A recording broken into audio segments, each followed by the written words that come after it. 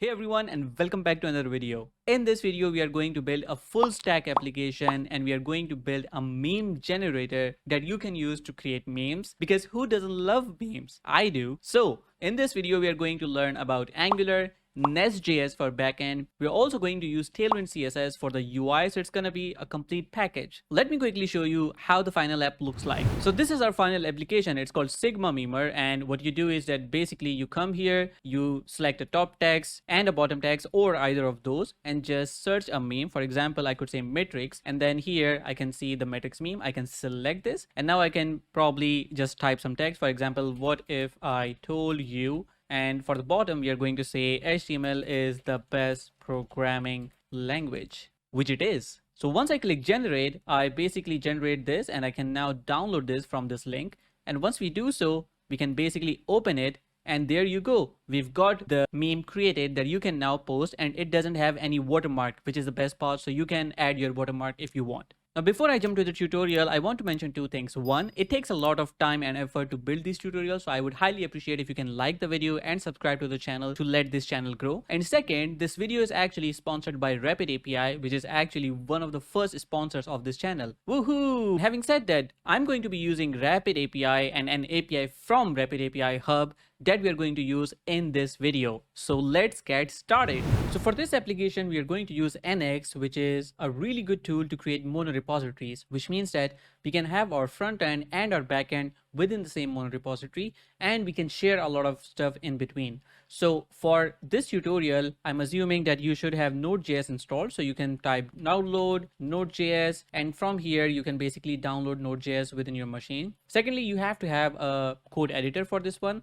You can basically use Visual Studio Code that I use. So you just download it for your own machine. And finally, try to install a tool called Insomnia, which we are going to use, Insomnia REST client, which I use for API calls or API design just to test things out even without having to create my own server. Now that we have talked about the tools, we are going to install, or we are going to create a repository, a mono repository using NX.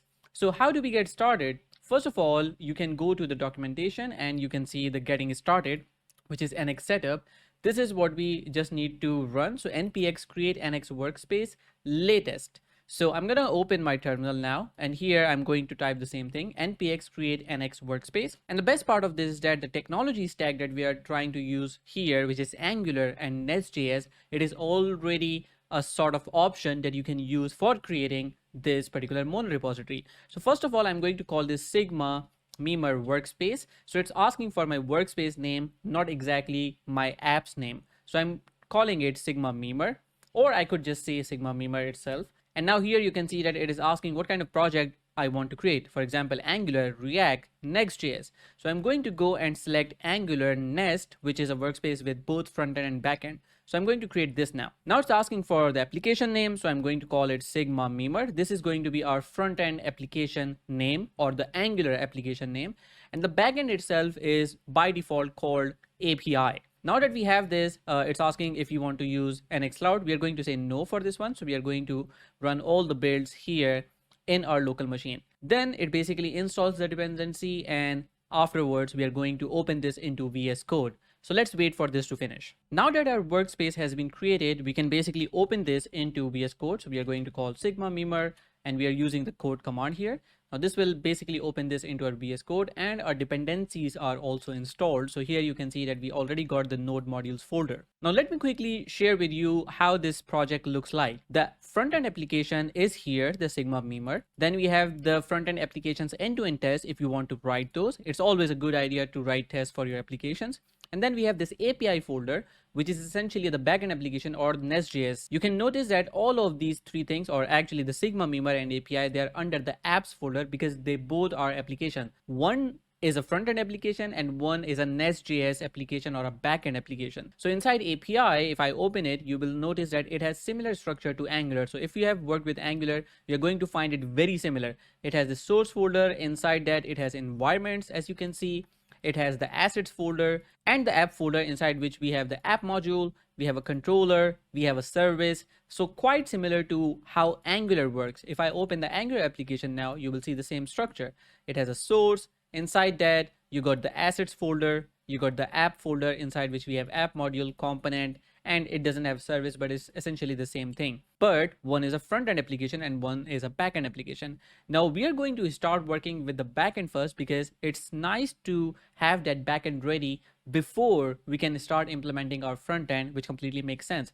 But initially we are going to run both of these applications right now. So what I would want you to do is open a new terminal from here. So terminal, new terminal, and here let me explain how we can start these two things together. So first of all, you're going to run the front end in one tab, and you can run it using nx serve, and here you can say something like sigma mimer, and you should be able to run this. If you get any errors running this, that means that nx CLI might not be installed within your machine. So it would be a good idea to go to the documentation.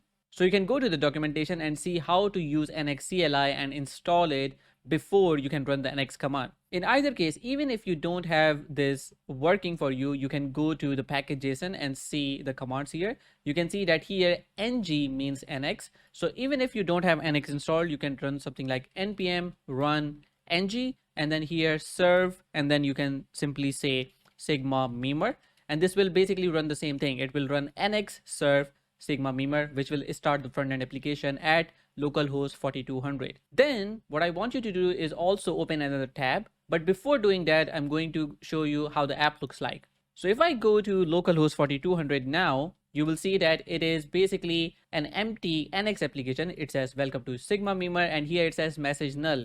Now the fun part is that since this is an Angular plus NestJS workspace, it basically has implemented already an API call, which right now doesn't work. Why? Because our server is not started. So I'm going to go to my code and I'm going to open another tab as I mentioned. So here I'm going to click this plus button. And once I've opened this, I can simply say something like npm run ng serve API. Or you could directly run nx serve API if you have the nx CLI installed. And you will notice that once it runs, it will basically serve the backend API. And now we should be able to work with our frontend application to get the data from the backend and show it on the UI. So now that it has run, you will notice also one more thing, that once you run it, it creates a dist folder here. And inside that, you see this apps API main.js. So basically this compiles the backend code and basically creates here in this and also runs it from the dist folder. So it's important to understand just on the back of your head. Now if I refresh the application, you will notice that now we get the message welcome to API. Cool, cool, cool. Now we need to understand how this works. So if I go back to my code, I'm first going to show you where the front end code is and then where the backend code is. So first of all, we are going to go to Sigma Mimer source, and right now we only have one component, which is app component HTML. So here you see message, hello, and this is basically what we are showing. Now if I go to the component, here it says hello, which is an observable, and we are directly using the HTTP GET call against the API/hello. So when we hit this call, we get back the data. How do we know? If I copy this and if I kind of duplicate this tab, and just at the end, if I just paste this /API/hello and hit enter, we get the same result. We get a JSON because this is an API response. Now, let's see where this response is coming from. So if I close this Sigma Mimer and go to API, source, app, here, the endpoints of this API are inside the controller. So here you can see we have a controller.ts, and in here we have this get call. In NestJS, the controllers are basically the endpoints. They are the entry point where the API call will start to execute. Then it has a service. The service is a function which is supposed to have the data. So imagine two different layers. One, which is the entry point of the API call from the front end. And then the second layer is the layer which interacts with either a database or returns a file or does whatever magic, but that layer is not controller. That layer is service. The service has the business logic behind the scenes. It could return a simple JSON. It could return a file. It could return some data from the database. So it can have anything, but this code should not be inside app controller. So we have separation of concerns and our code is also testable. Now that we have discussed about this, let's have a look at how this API call is being generated. First of all, you will notice that this controller is a class and it has this controller decorator, which is quite similar to Angular. it is importing this app service. And if I go to app service, you can see it is injectable, which is quite similar to Angular as well. But you will see that this one has this get data method, and then this is returning this JSON. So what happens is that as soon as a get call comes in, this code is executed, which is this get data method. And here you can see that it calls the services get data method, this one, and it returns the data. Now all of this is bound to this app module. You can see that just like Angular, all of the controllers and all of the services within a NestJS application also has a module which contains the controllers and the providers being the app service. So it's quite similar to how Angular works, because NestJS is quite inspired from how Angular works behind the scenes. Now that we understand this, you will also notice that here in the get call, it says hello, and that is where this comes in. So everything that you see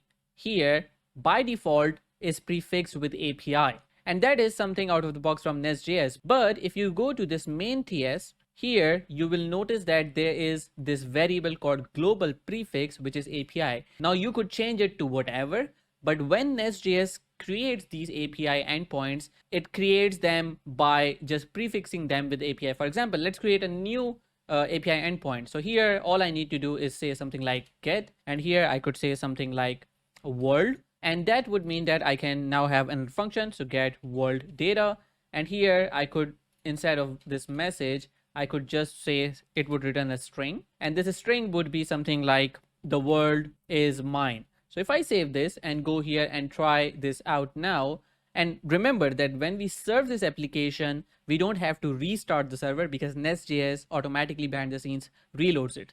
So now if I, instead of hello, use world here and enter, you will see that I get the response back, which is a string that I'm just returning. I could return anything from here. I could also return the same data that I wanted from here. But as you can see, it's really easy to create endpoints here. Just like this one, you can also create a post endpoint, and you would have to import this post from NestJS common. And now you can handle the post data here as well. Now that we understand this, we are going to create the meme service that we are going to use as this backend API. So right now we have this app controller, app service. We don't want that. We're going to get rid of these, and we are going to create a meme service that we can use as the backend API. And the best way to do that is to create something called a resource within the backend.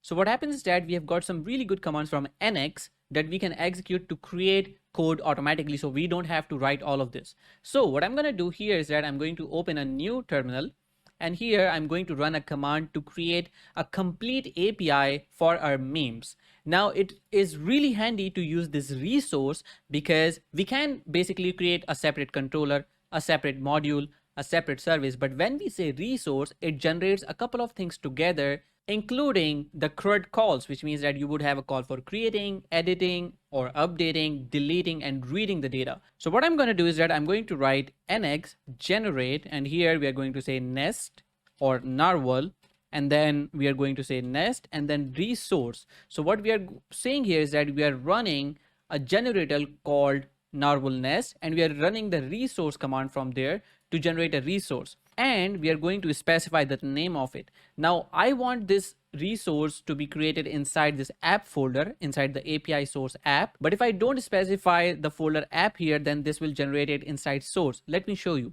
If I say meme here without the app, and then I have to specify the project here, and I have to say API, and that is because by default, the default project for executing everything is this Sigma memer. If I go to nx.json, and here at the bottom it says default project is Sigma memer. So when we are running an nx command, we have to specify what project we are talking about. So here we are saying blooper. So here we are saying API, and then finally I can basically say dry run. So this executes it without running it on the file. So it will just show us what would have happened, but not exactly executing it. So no files would be generated. So if I enter now, you will see that it's asking what transport layer do you use? I would say REST API, and then would you like to generate the CRUD points? And here we need to say yes. Once we do so, it will show us the files that could have been created if we didn't have this dry run. So here you can see that it says apps API source, and it creates it inside the source folder and not inside app. So that's what I don't want. I want to create it inside the app folder.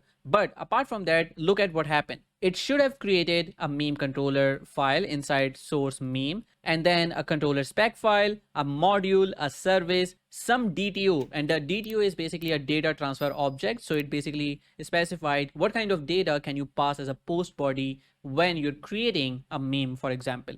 And then finally, it should have updated the package JSON.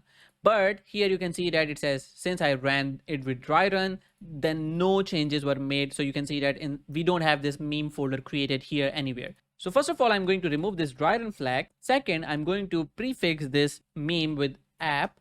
So it creates this inside the app folder. So if I run this now, it's going to do the same thing, but this time it will actually create those files.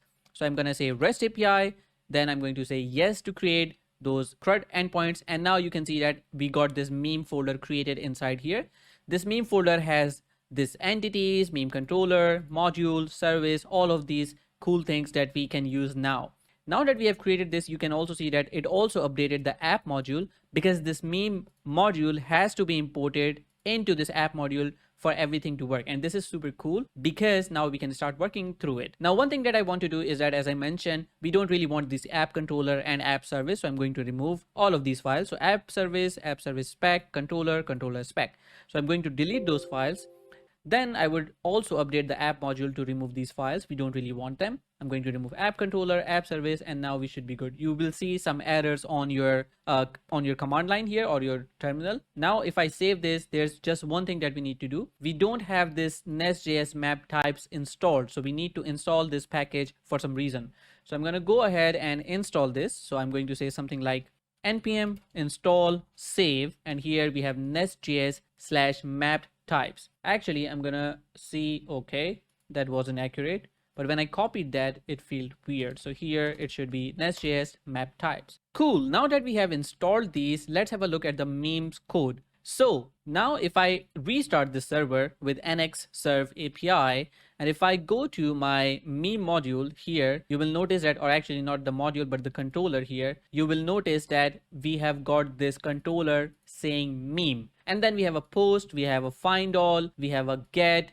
patch, all of the CRUD API calls that I mentioned to you before. So it generated all of these endpoints for us. And even in the service, we got all of these methods: find all, find one, update, blah, blah, blah. All of these things are here. And you can see that our backend doesn't have any code errors as well. So right now everything works fine. Now, if I wanted to test this API out, I would just say something like, this controller has this get call. So all I would have to do is just call on /API/meme, and then this get call of find all would be executed. Let's try it out. So I'm going to go to my localhost here, and here I'm going to say API/meme. And if I hit enter, you can see that this returns all memes, or this action returns all memes. This is coming exactly from our API. So this first comes inside this get method in meme controller. Then it goes to the services find all method. And here is the message that we are returning. I could change this to something like, blah. And if I save this, and if I now just go and refresh here, you can see that I'm getting the data. Now that we have this, we could also have used Insomnia to do the same call. So I'm going to quickly explain to you how that works, so you can also test this out whenever you need it. So I'm going to open Insomnia, and then I'm going to create a new collection. So here I can say request collection. I'm going to call it Sigma Memer, and then just create it. And here I'm going to add a new request, and we are going to call this get all memes. And here, if I create it, you can see this is a get call. You can see that we got this. Now I need to specify the URL. So I'm going to say localhost 4200/API/meme. And all I need to do is just click this send. And here you can see that we got this particular data from here.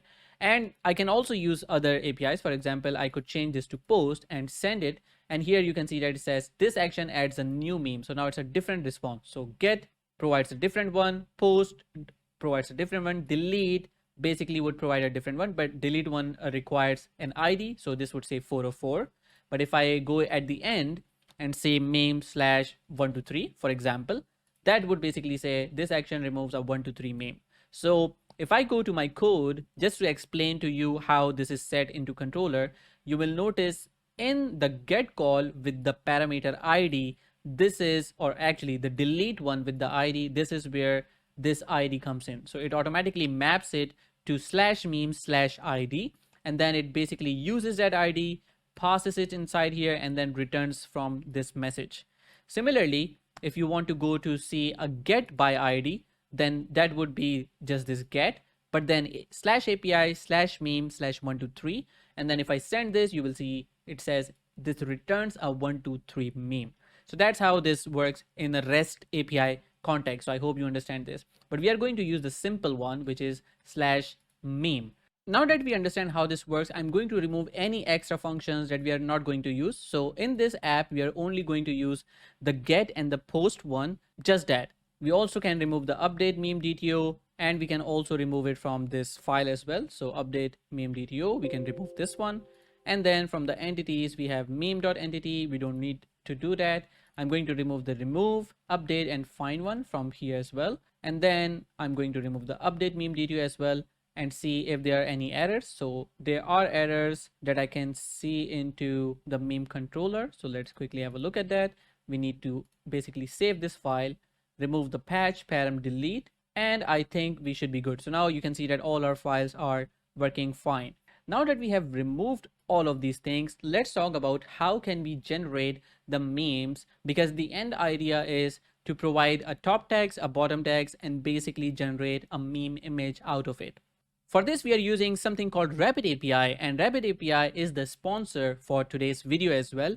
So this contains a Rapid hub or a Rapid API hub, which contains a lot of APIs that we can use. And I have actually chosen one of those APIs that we are going to use for this project. So if I go to entertainment, I can actually find memes or an API that basically generate memes. So if I type meme here, you can see that we got this meme generator API.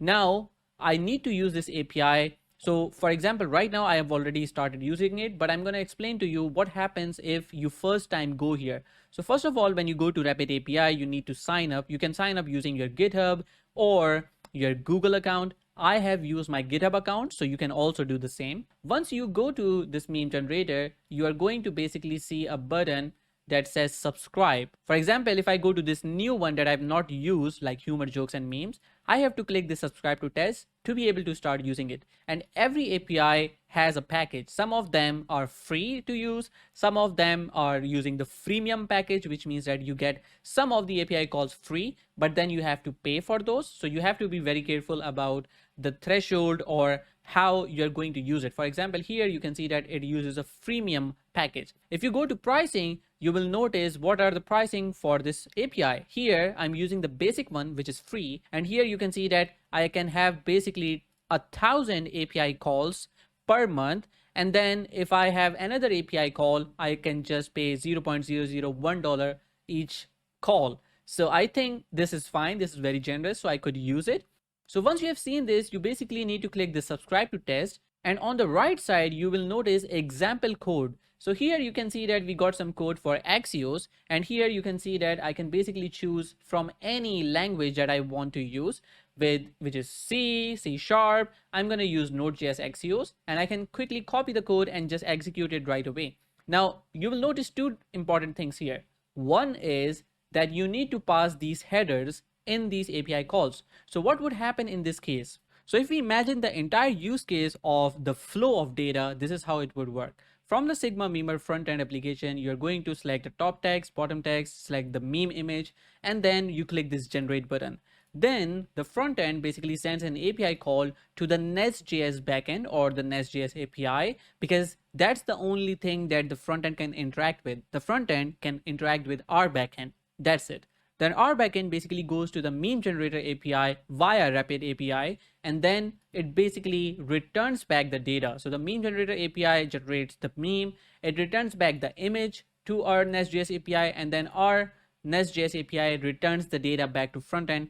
And finally, it is available to download for the end user. That is the entire flow. So if you go to the meme generator endpoints, you will notice that on the left side, we have the memes, generate meme, which is the API that I'm currently looking at. Then it also has this images endpoint, which is get images. Now this endpoint essentially returns back all of the possible memes that you could use. And we saw in the beginning that you could search a meme and then it would show in the grid, and then you can basically choose one from there. Similarly, here, when we send this API call, for example, if I click test endpoint, you will notice that this is the data that we get. We get an array of 100 items where we have some text. And once we get these tags, this is what our front end needs to understand. And then when we go to generate meme, or when we are about to generate the meme, then the data that we need to send is exactly the same thing. We need to pass this meme, which is the string of the meme. So the meme name has to be passed when generating the meme, and that basically sends us back the generated API. For example, if I test this endpoint, you will see that here is the output that we get: the top tags, the bottom tags, and the image itself. Now, what I love about this whole experience from Rapid API Hub is that you can see the endpoint, you can test them, and also you can see that what are the required parameters and which are the optional parameters. So I can see that the font itself, it is not required, so I can basically skip it. The font size is optional as well, but the top, the bottom, and the meme, these three things are required, so we need to pass them. And you can also see that what code I basically want to test with that, and we can see the example responses. Whatever you want to see there should be there basically. Now let's talk about these headers that we want to use. You will notice that I have a particular host and I have a Rapid API key here. Now this key is very essential because without this one, you will not be able to access it. And obviously the meme generator itself, since it is a freemium package plan, they also need to understand how much API calls you are doing. So they basically analyze it via this key. Now, since I'm using this video tutorial to show you this, I'm obviously going to change my key so you are not using it and it doesn't start charging me. But if you for any reason want to change your API key or revoke it, you can go to My Apps from top right, and then you need to select the API that you are looking for. For example, I can go to default application and here security, and in the security, I can basically create a new key and delete the previous one. So that's what you could do. Now I'm just going to keep using the one that I have right now. So let's go back to the API documentation for meme generator API. Now what I'm going to do is I'm going to copy these and I'm going to pass this into an env variable, so I don't have to push this to GitHub so no one else can see that. And it is always a good idea to use these secret things or confidential things into an env file. So I'm going to copy this and I'm going to go to my code, and on the root here, I'm going to create a new file called .env, and from here I can just paste this code. Now I'm going to just change this a bit. So Rapid API -host would become Rapid API _host, and then this would becomes equals, and I'm going to remove this from the end. Similarly, I'm going to remove this. I'm going to make this an underscore here and then remove that as well.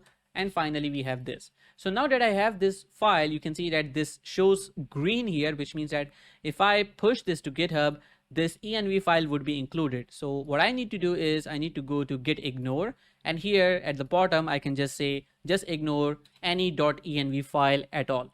And as soon as I do this, you can see that now this became gray. And if I go to here, you can see that now this file is not being basically shown that this file has changed or even this exists. Now that we have this, let's implement the API calls so we can start using them.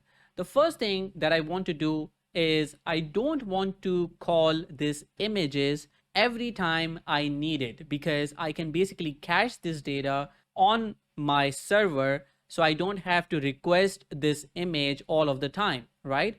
That way, it will not kind of clutter my API calls if the users start to grow. So this will make sure that I'm only calling the meme generator API when I have this generate meme to call. When I have to create a meme, only then I will call this endpoint. Otherwise, I just cache this one time and I'll save this into my server. Now this comes with a drawback. The drawback is that if meme generator API or the folks behind the API, if they start to add new memes or remove any memes, then my application could start working in a wrong way or could be broken even.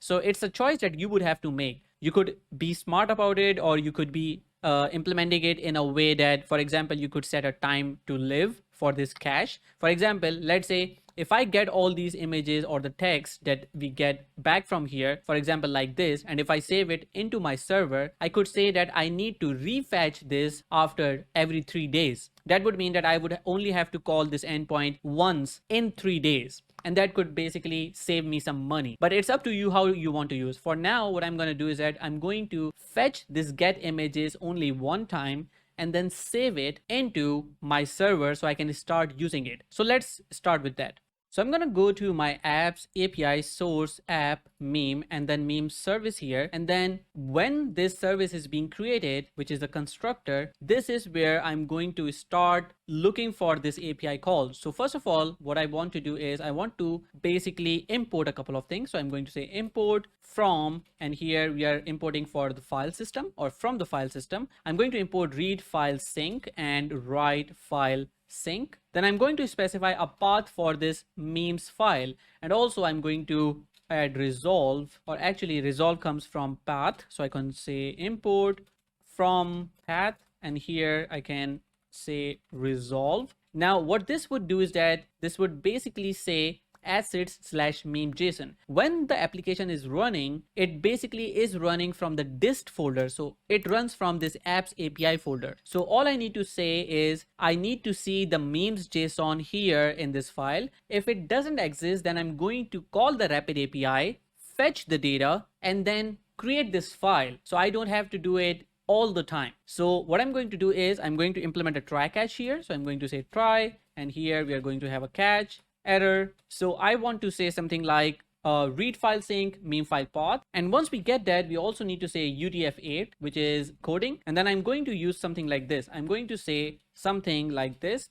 dot, or actually we are going to create a memes array. This should be actually equals, and this is of type string. So you saw that the data that we get from the Rapid API right here from this endpoint is essentially an array of items or an array of strings. So here I'm going to specify this. Then I'm going to say this dot memes equals, and here we are going to use JSON.stringify. So JSON.stringify, and here we can specify this and this. So we are checking if this file basically exists or not, right? All right, I see an error here. So this should rather be JSON.parse rather than string. Now we get it right. Now, in case that this file doesn't exist, which we are going to get some errors on now, we're just going to do a console.log error. So if I save this now, you will see that we should get some errors. So if I scroll up now, you see that here it says, hey, no such file or directory. We cannot see dist apps API assets meme.json. All right, so you see this error. Now what I want to do is that I want to just create a function that I could call.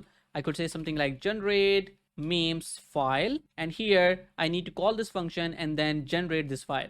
Now GitHub Copilot is helping me with this, so I'm going to just say this, and I can say something like first meme, and here second meme, right? So this would mean that once I do this dot generate memes file, then a file would be created inside this assets folder if this fails, and this would fail again because the file right now doesn't exist. So if I save this now, you will see that now we got a new file created here called memes.json. Yay! And if I open this file, you can see that we got the first meme and second meme here in this file, which is super cool because now we can start using it. So if I go back to my API call, which is meme service here, you can see that we also logged the error, but also just use this. So I'm gonna remove this because this would only happen one time. Now, if I save this and run this a couple of times, for example, if I hit enter, or I cannot hit enter, but if I just save this, you will see that if I scroll up, this is the time where it was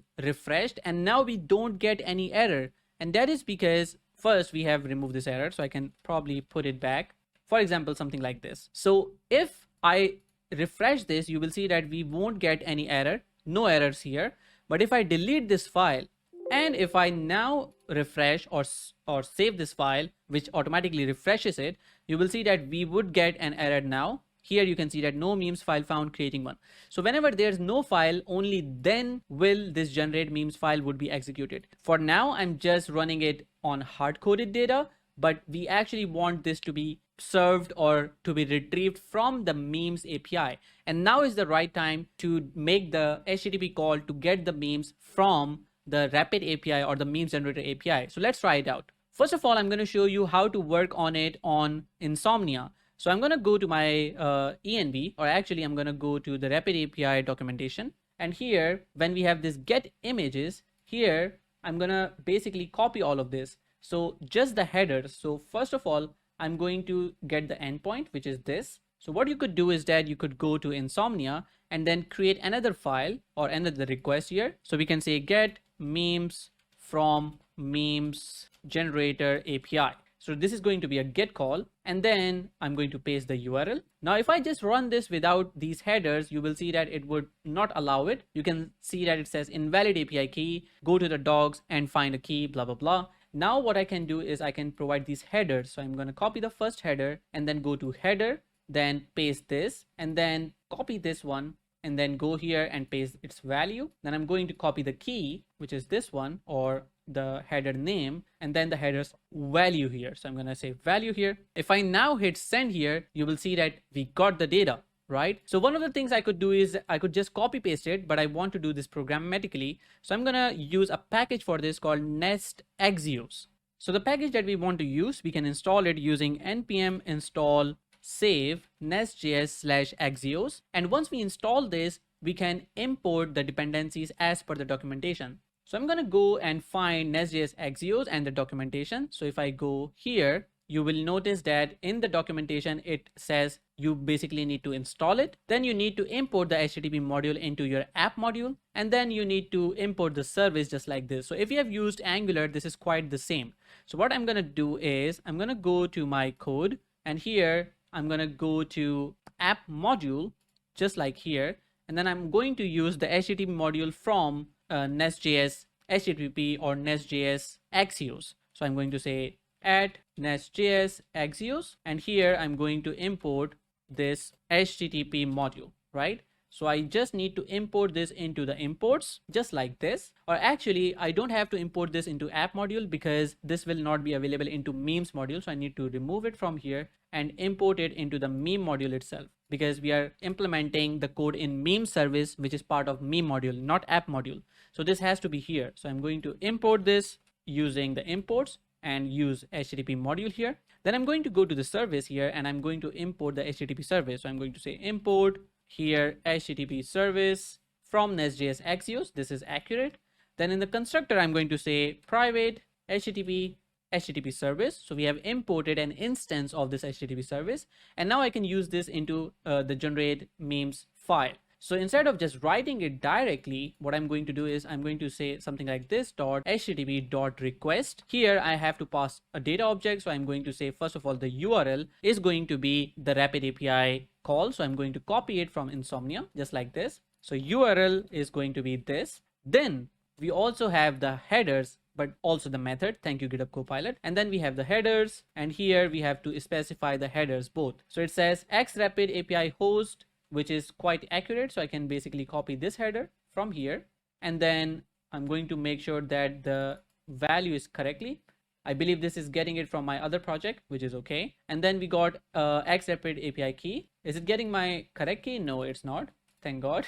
So here you can see that it doesn't copy the key. So I'm going to use the correct key here. Right, and I think this looks good. So now that we have mentioned those things, we can go ahead and say something like subscribe, and then we are going to do two things. First of all, we are going to specify the response. So the response here is of type response is of type Axios response, and we are going to import this from Nest Axios as well. So let me quickly go ahead and get it from Axios, or actually this should come from Axios package itself. So import from Axios, and this should be Axios response. There we go. And now that we have got this, or we have mentioned this, we need to say this dot memes equals resp.data. So the data that we get is an array of a string, so we can directly assign to this. And then what we need to do is we need to just put it here, and then we are going to use this dot memes instead of this hard-coded memes, and that would basically generate it. We can also add a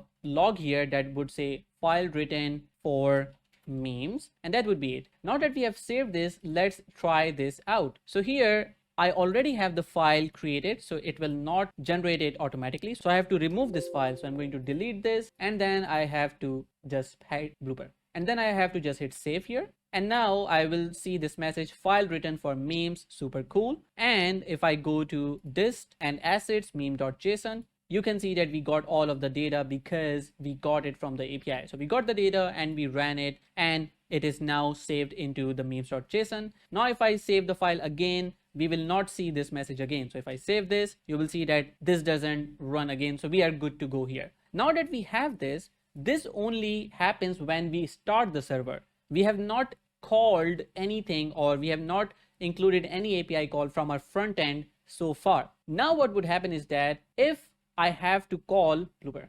Now what I want to do is that once we type searching, or once we start searching into this input into our front end application, this will send an API call to NestJS in this case, and it will return all the names of all of those memes that we could use, or the images that we could use for this generation of meme. So here I need to type something, and then the NestJS API will return those memes back to me. So far, these memes are only in a file. How does my front-end application get it? How can I go to Insomnia and call this function, get all memes, or call this API endpoint and return all those memes? That's what we are going to implement now. So this find all, you can see that here we have this, just this string that says this action returns all memes. But you also notice that when we start this server, if the file already exists, we read that file and we assign that into the memes variable, or this memes string array here. So all I need to do is, instead of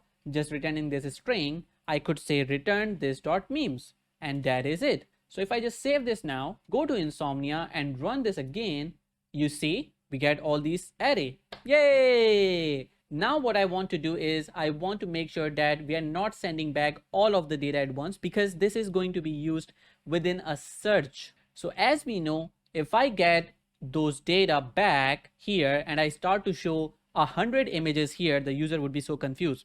And since you're searching, you can always refine your search to get the exact data. So I think it makes sense to just return things like 4 or 5, or actually 10 items at once, and not 100, for example. So what I'm going to do is that right now we only have a way to return all of those. So we are going to introduce a query parameter. So I'm going to go to my meme controller, and here just around this get, inside this find all, we are going to introduce a query, and this comes from NestJS common. So here I'm going to say query, here I'm going to say queue, and then I will name this queue. And this is going to be of type string. So this queue is going to be passed all the way into the find all. So here I'm going to pass this, and here I'm going to say this queue is going to be a string, right? So this is a query that the user would type, and we have to return only the memes, or the name of the memes which match this. So now that we have got this queue, we need to use it. So I'm going to create a new function here. We are going to call this search,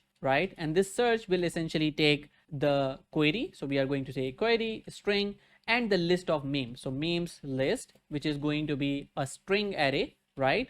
And then what would happen is that we would say something like, we could basically use this as well, which is doing a filter. So we could do this as well, or we could also use the lowercase scenario, but I think this looks much better. So what it's doing here is that it's using the query, it's creating a regex around it, and it's saying that this is case insensitive. So even if I, for example, capital letters written, this will basically convert them into smaller, and then, or basically ignore the case sensitivity of this one and just search it, and then I think this should be good. So it's going to return this. So that means I could now use this dot search, and here I can say queue and this dot memes. Now that I do this, and if I save this now, we got an error. Let's see what this error is. Oh, I have not saved a file. So I need to save this file. Now we don't have any errors. So now if I try to just click send here, you will see that I got all of the data back. But if I try to do something like question mark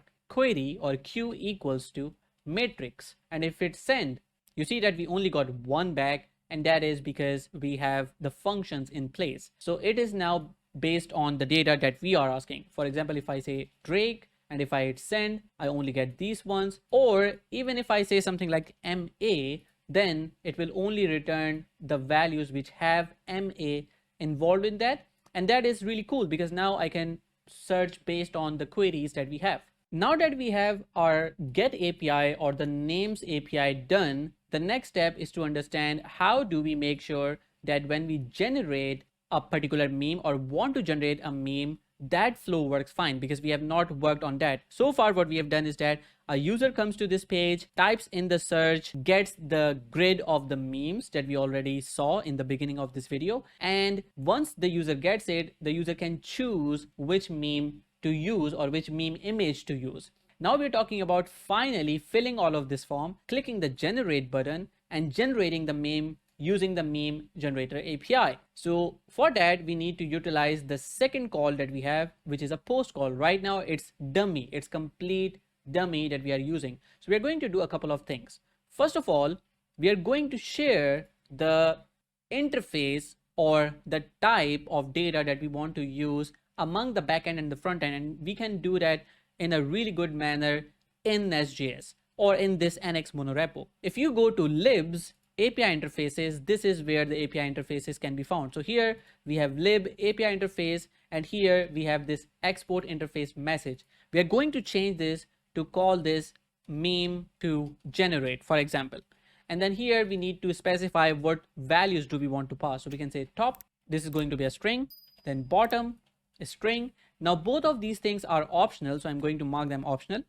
Then we also have something called meme.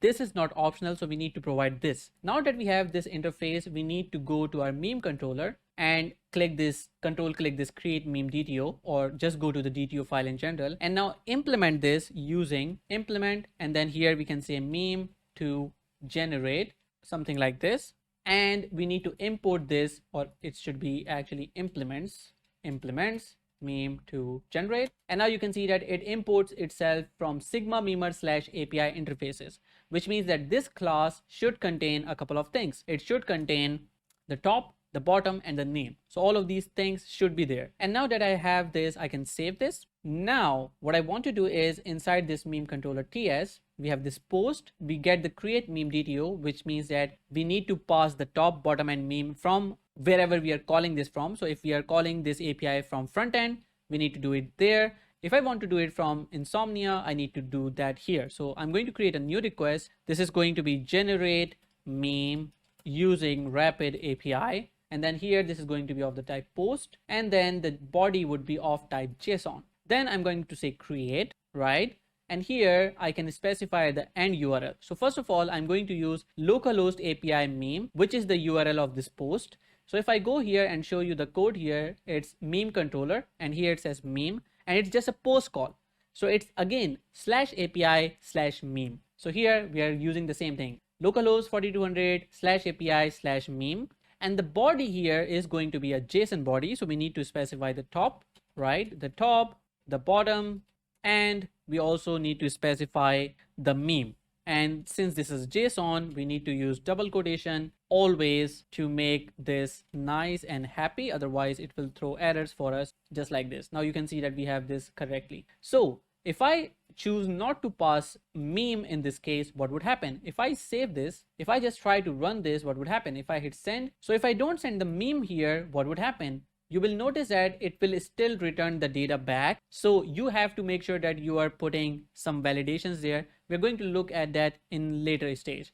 But right now I can pass these values and it will have to return those values back. So if I do something like top text here, bottom text, and meme could be any one of those. So what I'm going to use is actually, let's see, something from the disk. So I'm going to use, let's say, metrics Morpheus. So I'm going to use this as the meme. And if I hit send, it returns back the data. Now I'm going to modify this post call and I'm passing this create meme DTO. So what I'm going to do is that I'm going to just return back the create meme DTO. So I'm going to return this back. So if I save this now, go here and hit send, you see that I get the data that I sent from the front end. So from Insomnia, it went to the backend. It first went to the controller here from the controller, then it was passed from the controller to the service, and from service it just got returned back. I could also do something like this and then create meme DTO and that would exactly be the same thing. So if I do this and if I hit send, you see now it's inside this data property. So that means we are getting the data that we're passing from here.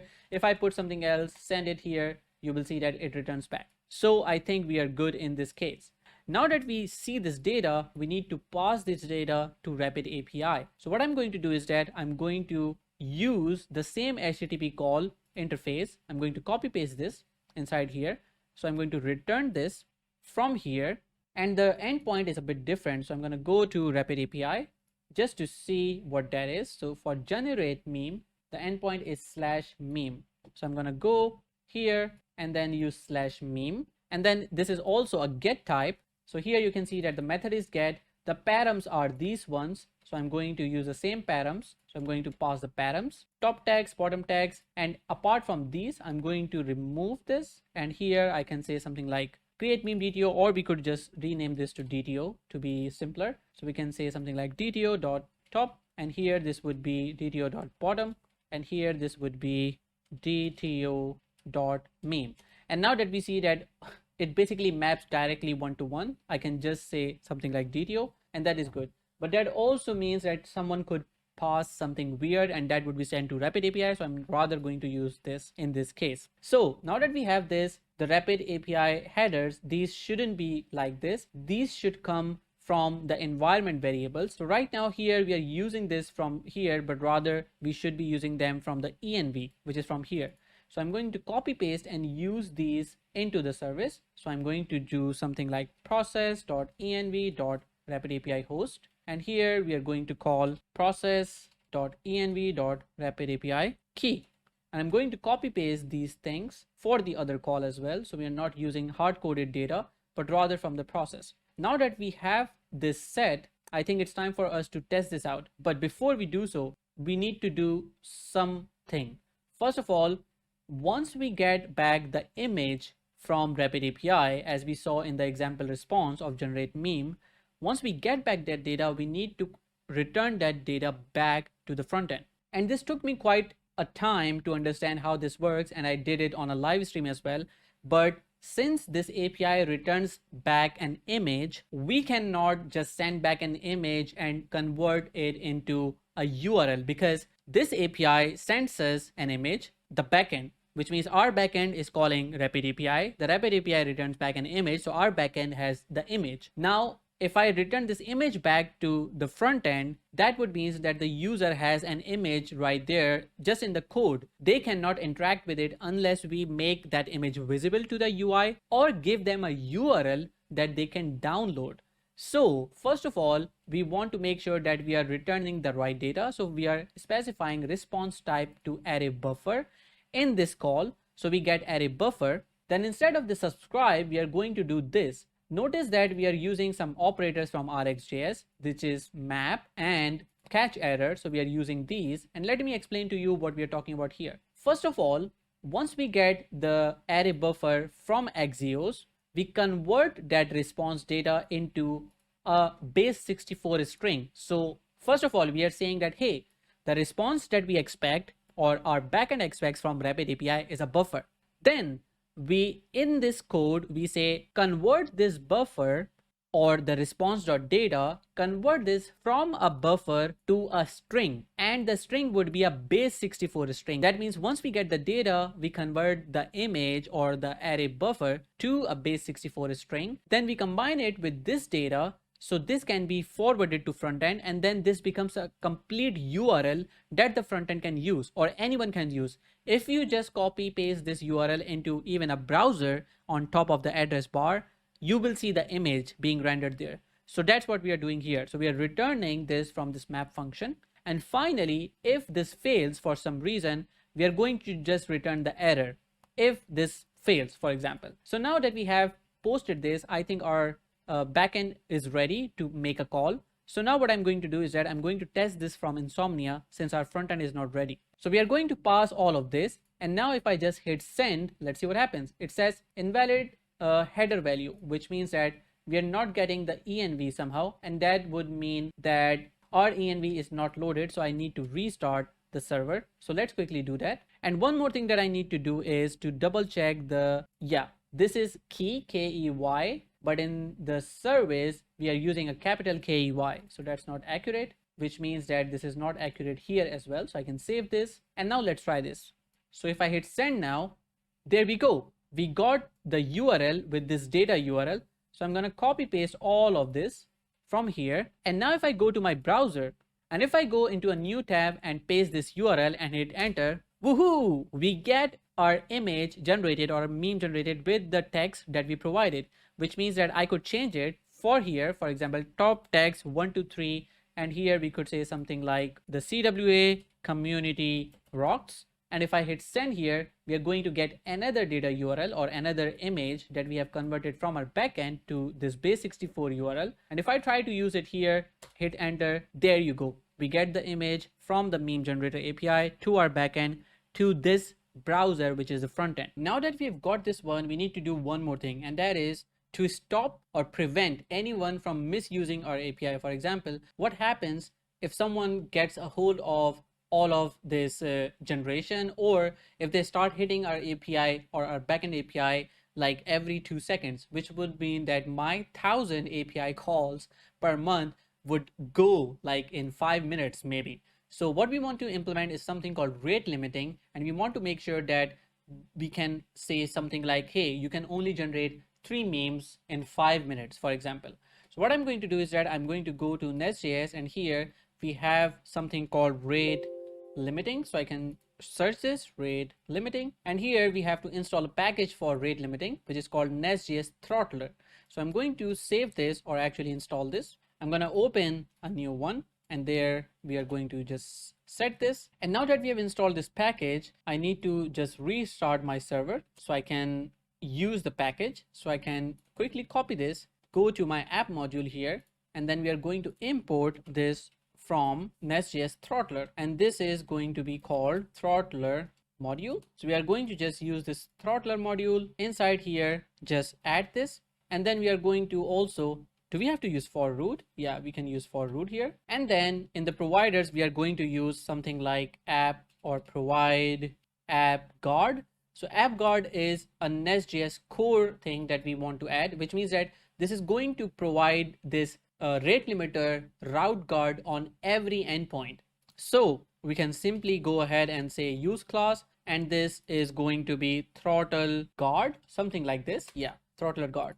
So we are saying that, hey, every API call now would have to use the throttle for this one. Now, when we say it like this, that means that for root can have some properties that we can pass. So here we can provide a config. Here we are going to provide TTL, which is time to live. And here I can say in seconds, how many requests can I allow? So let's say if I say 60 seconds, and if I can say max and 10, that would mean, or actually is it max or is it something else? So let me quickly check. Throttle module option should have a limit. So the limit is the one. So here I'm going to say something like limit, and here 10. Now this means that I'm saying in 60 seconds, which means in 1 minute, I'm allowing 10 requests from the same IP address. If that doesn't work, then it would basically start saying or throwing error called too many requests. Now what I want to say is that in not just 60 seconds, but I want to be a bit conservative. I'm going to say 5 minutes. In 5 minutes, you can only generate 3 memes, for example. Now, when I apply this into for root and use it like this into providers, that means that this is now applied to every call that we have in the server. That doesn't only involve the post call, which creates a meme, but rather also the find call, which returns back the data. So if I go to my code right now here, you will notice that this Insomnia, if I use the get all memes call, if I send this once, twice, thrice, and if I do it one more, too many requests, throttler exception. So this is working. One more thing that I just looked at is that we talked about just providing about 10 responses in this call, but right now we get 100. So we also need to fix that. But let's first make sure that this call, the get call, is not affected by throttler. So in order to do so, I can just put another decorator here called skip throttle, and that would make sure that this call doesn't have this throttling problem, or doesn't apply the throttle to this one. So if I start calling it now again, you will see that it doesn't matter how many times I call this, it just generates it. But if I start using the post call, that's where it would start blocking me. So I'm not going to use it for now, but let's talk about just this get all memes call. As I mentioned, we shouldn't be responding to 100 items. We should only send back 10. So I'm going to go to find all, and from here we have the search, and from the search we basically have this. So after this filter, I'm going to just use a slice here. So the slice would be from 0 to 10, and that's it. So I'm going to just save this and make the call again, and here you can see that I only get 10 back now. If I search, for example, something else like A, you would also see that it would just return 10. So whatever I do, it would just return 10. If I don't send anything, it would still return 10. So I think this is good. Now that we have the throttling also implemented, the only thing that is remaining is how do we hook this with the front end? And that is essentially the last piece of our puzzle, which is quite a big piece. So if I kind of summarize what we have done so far is that we have implemented this NestJS based backend, which can talk to the Rapid API, or actually the meme generator API via the Rapid API gateway or Rapid API hub. And it can first get me the memes, and we can generate the file from it to cache it. And secondly, I can call the generate memes API for the meme generators API or towards the meme generator API, and I can generate memes without any watermarks, which is super cool. Now that we have the backend ready, it's time to do the fun part, which is the front end.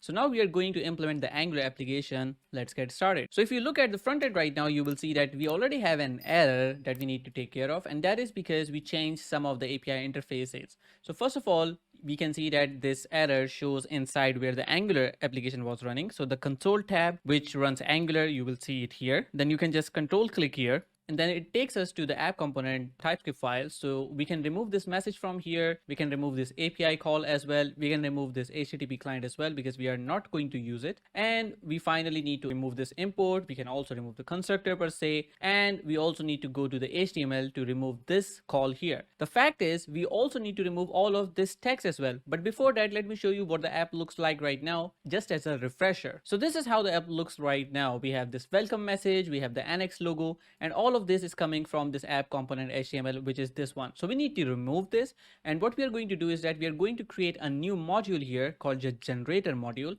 and that generator module will have a generator page, and we'll show that page out of the box. Now when the application scales, you could have multiple modules. You could, for example, have events, organizations module, feed module. Let's take an example of Facebook. So you have photos module, videos module, you have your pages module. So modules in Angular are basically how you combine things or separate things from one another. For example, as I talked about, if you have an events module, that would mean that you could have a component that has the events list. Then you could also have a component that has the event detail when you click on any item from the list. So you go from one page to another. So all of that could be enclosed within a separate module. And the way to structure is that you could basically take that module and use in another application as well. So we are going with a modular approach within Angular, which is the recommended approach, of course. Now that we have talked about it, we are going to implement something called the generator module. So let's first create those modules right now. So to create a module in NX, what you do is that you can say NX generate, and then you need to run narwhal, and here you can say /Angular, and then you say module. So here, when we actually specify the name of the module, it automatically goes inside this app folder and generates it inside.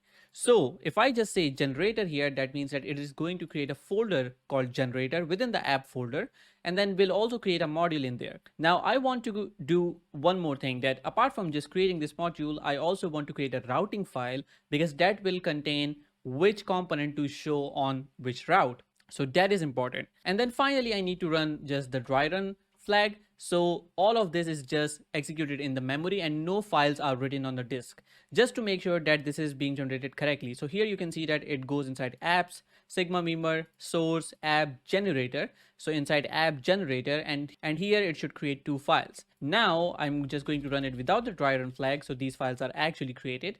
And as I do so, you can see that we got this folder generator created, and we have these two files inside here as well. Now what I want to do is that I want to create a folder inside here, or a component inside here called generator, and I want to use that as a default route. So what I'm going to do is I'm going to first change this module to component, and the name of the component will exactly be the same.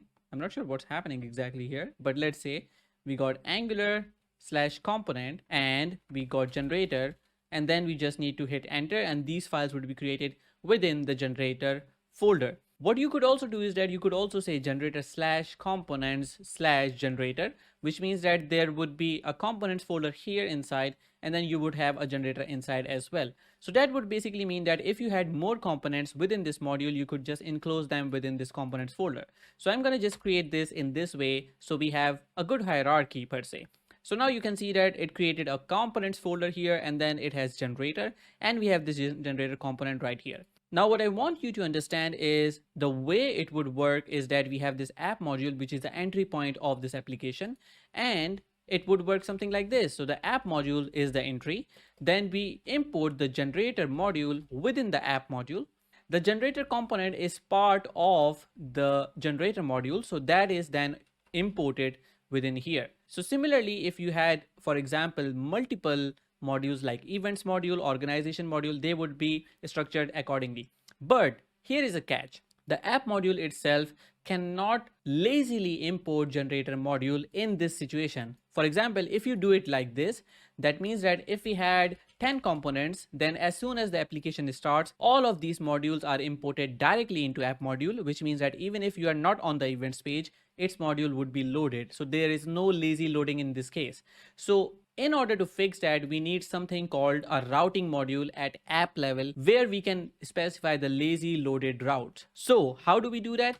We basically say app module would have an app routing module, and in app routing module, we would have this generator module, which would be lazily loaded, right? And then we have the generator component, and the other things are exactly the same. So this would then go along with the implementation as I mentioned. So if I just copy paste it a couple of times, you would understand what we are talking about. So here now you could have, for example, a feed module, and you could have an event module. So it really depends on how you want to structure your code. So the benefit of this is that if the user directly goes to the feed page or the feed component link, let's say I sent this feed component link or this feed link to my friend, and the friend directly goes from his browser or her browser to this feed component. That would mean that when the page loads, the generator module will not be loaded unless the user goes to the generator page. Similarly, if someone goes to the generator page, then the feed module will not be loaded unless the user goes to the feed page.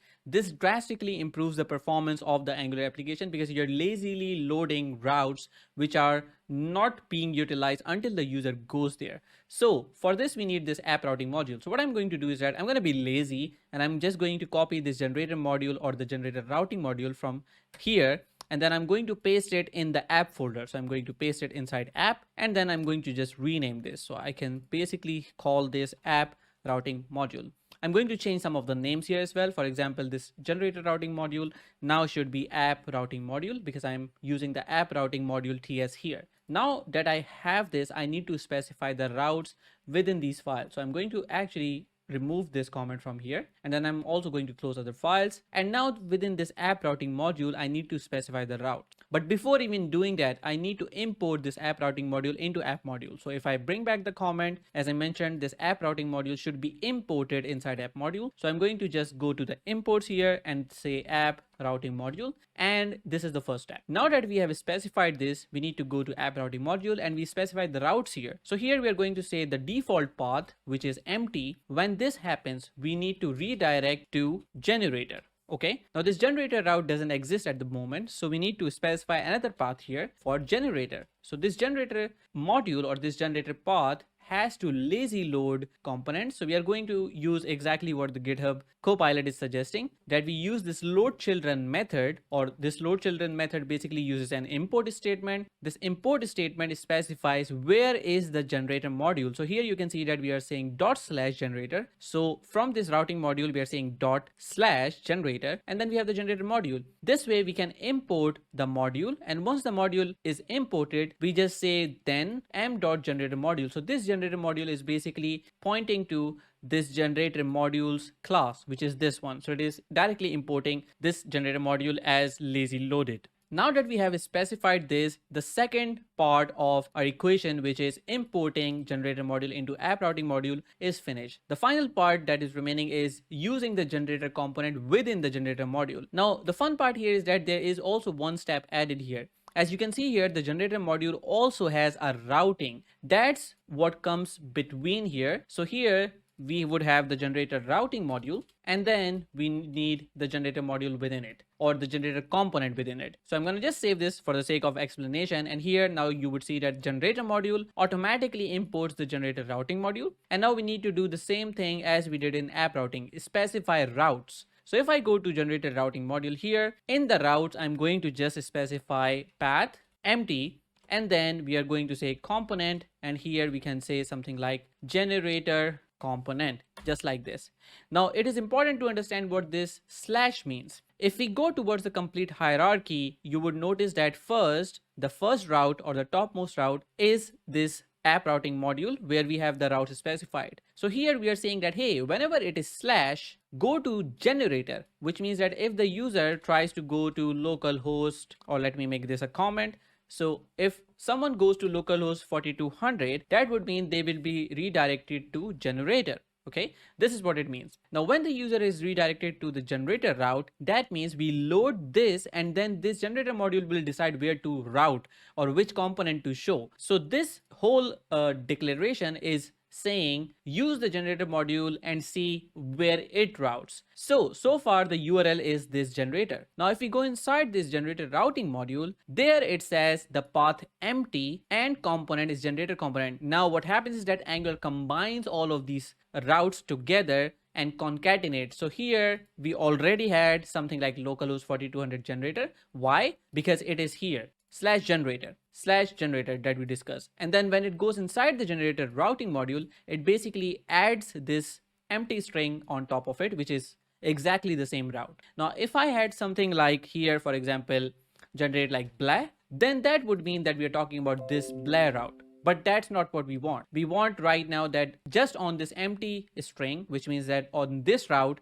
we use the generator component. Now, if I save this and go back to the browser, refresh, you see that nothing gets shown here. And that is because we are missing a really important piece of the puzzle, and that is the router outlet. The router outlet is something that lives on the template side, on the HTML side, and shows the appropriate template or the HTML in the view. And that is what's missing right now. So what I'm going to do is I'm going to go to app component, and here inside the app component, we need to use something called router outlet. And when I save it and go to my browser, you still see that we got nothing on the view. That means we are missing something. So let's reevaluate quickly what's missing. The app module itself, it imports the app routing module, which is good. Then the app routing module itself is being imported from the app routing module file, which is here. Then we have the path here, redirect to here as well. And we also need to mention path match full here, so it redirects. So if I go back to my URL here, it still doesn't do that, and that is baffling. So let me see what's happening here. So we are using router module for child routes. This is what's missing.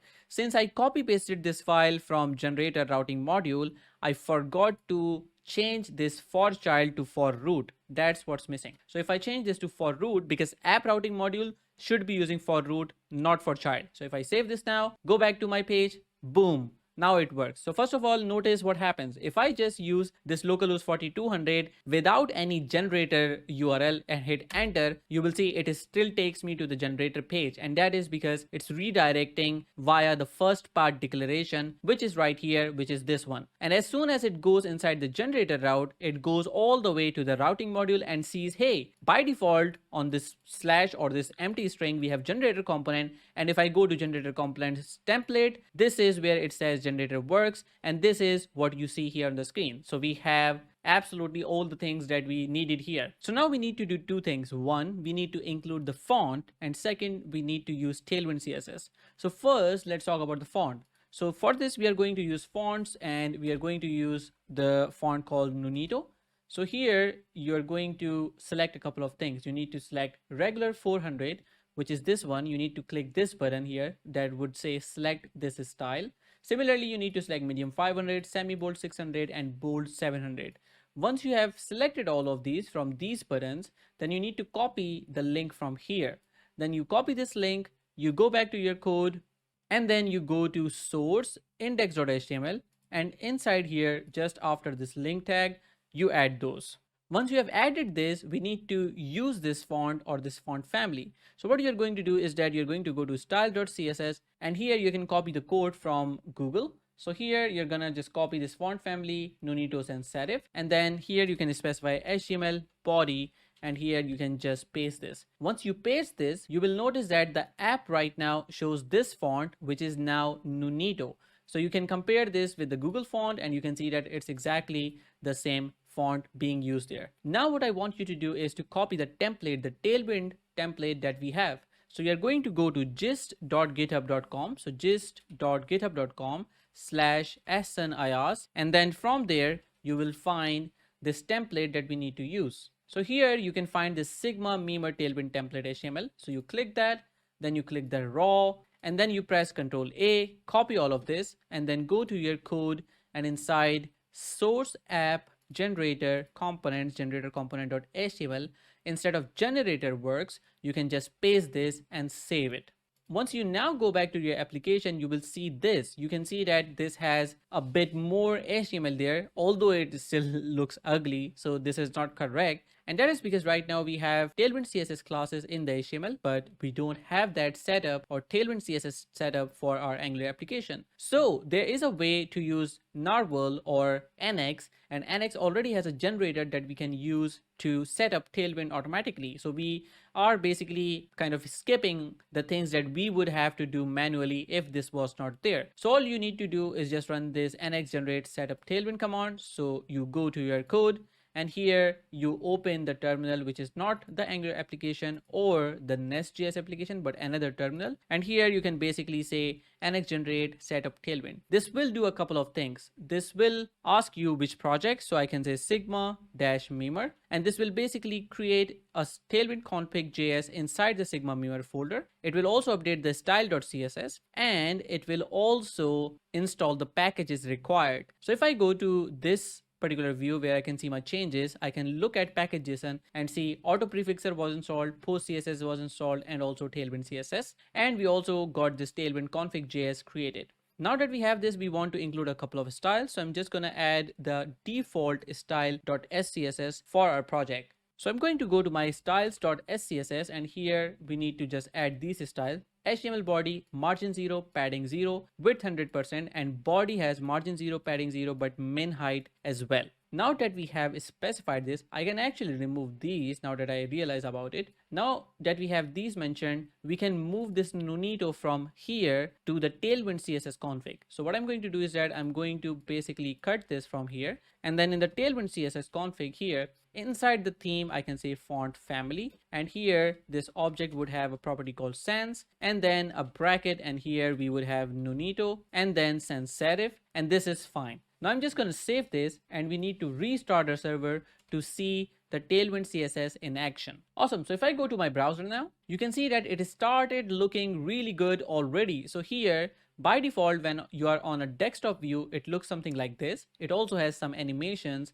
It also has the forms that you could use. And you can also see that when you go to a mobile view, then it is also responsive. So here, this is the desktop view, and if I go further down, you will see that we also got the mobile view as well. We are going to have a quick look at the classes as well, but for the most part, we are going to implement the Angular view. And if you are interested in looking at this HTML CSS part of it, let me know in the comments, and I might create another video for this. Now, what I also want you to do is go to github.com/ahsanias/sigma-memer, which is the repository for this project, and I want you to download the asset file. So go to apps, sigma memer, inside source, and then assets, and here inside the images folder you will find this bg.png. So just click it and click download. Once you download this file, you can save it inside the project. So you are going to click save as, apps, sigma memer, source, assets. You need to create a folder inside the source assets folder, and you'll call it images, and then you're going to just save it with the name of bg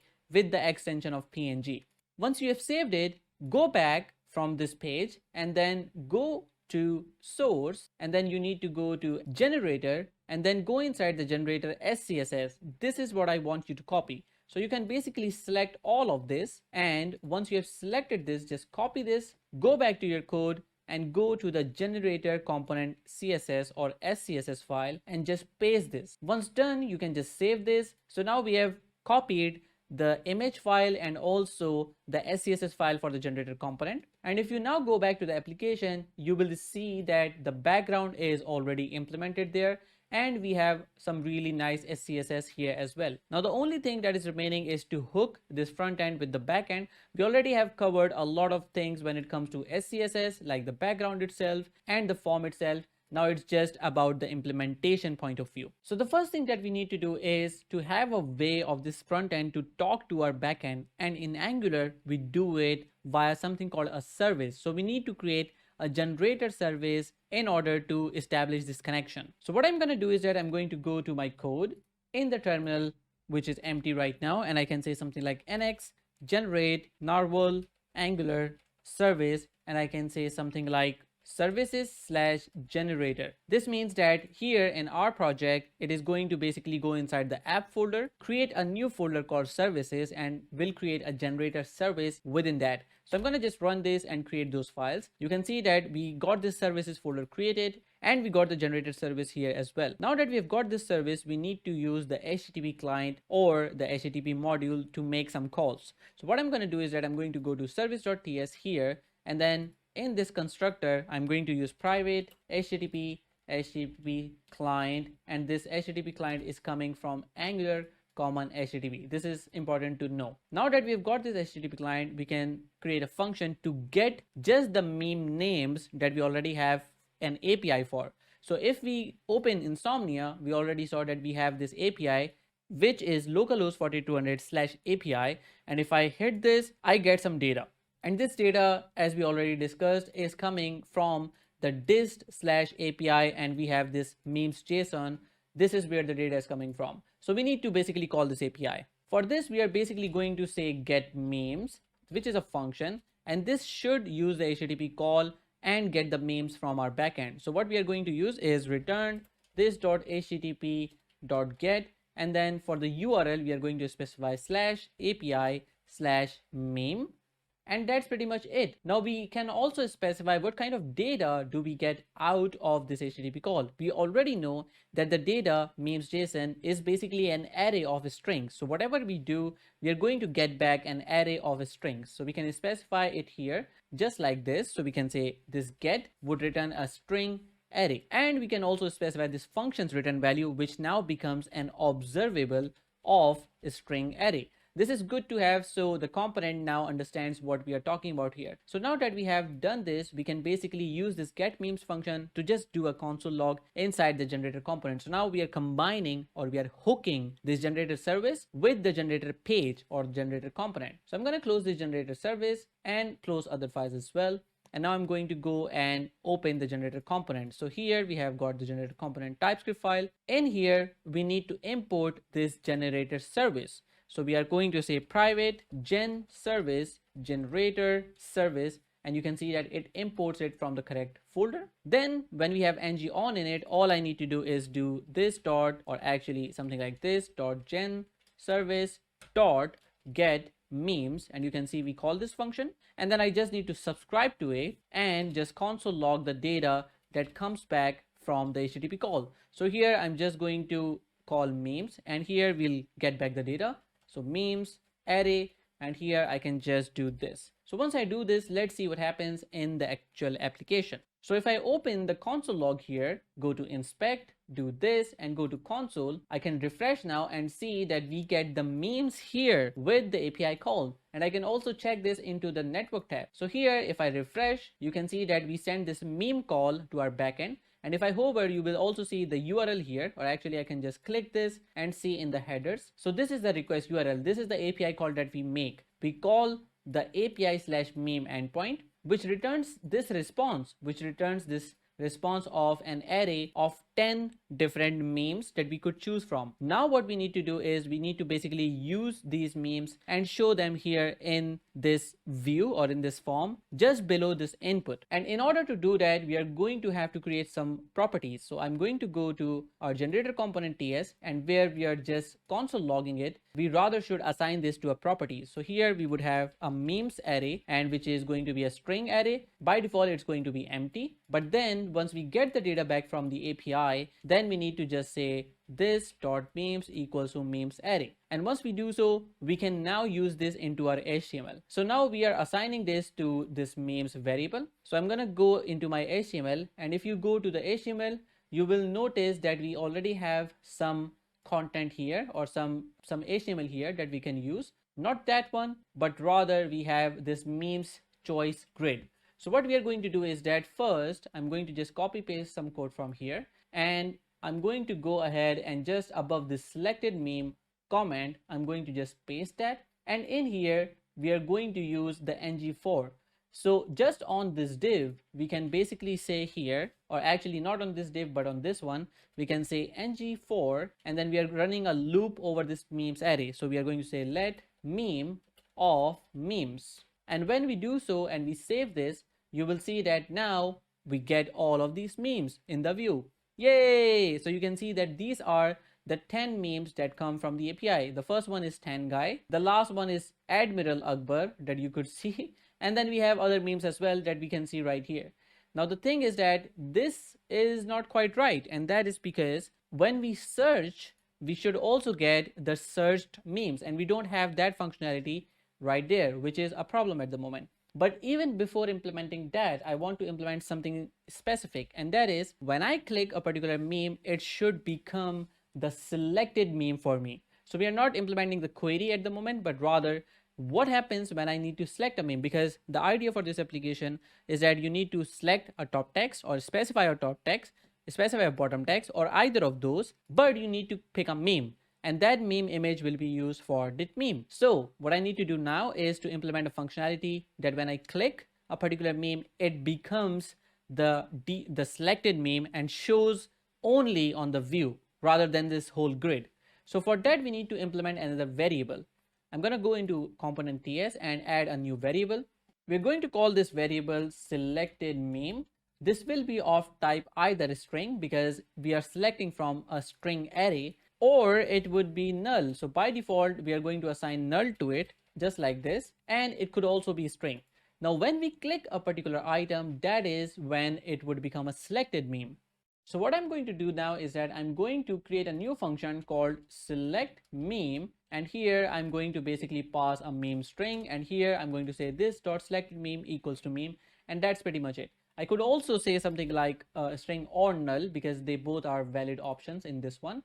And then what I need to do is that when I click a particular meme, that is when that would become a selected meme. So here I can specify a click handler and just say select meme, and then we are going to just pass this meme variable from the iteration. So for every item when clicked, it will basically select the clicked meme, which is right now running in the loop here.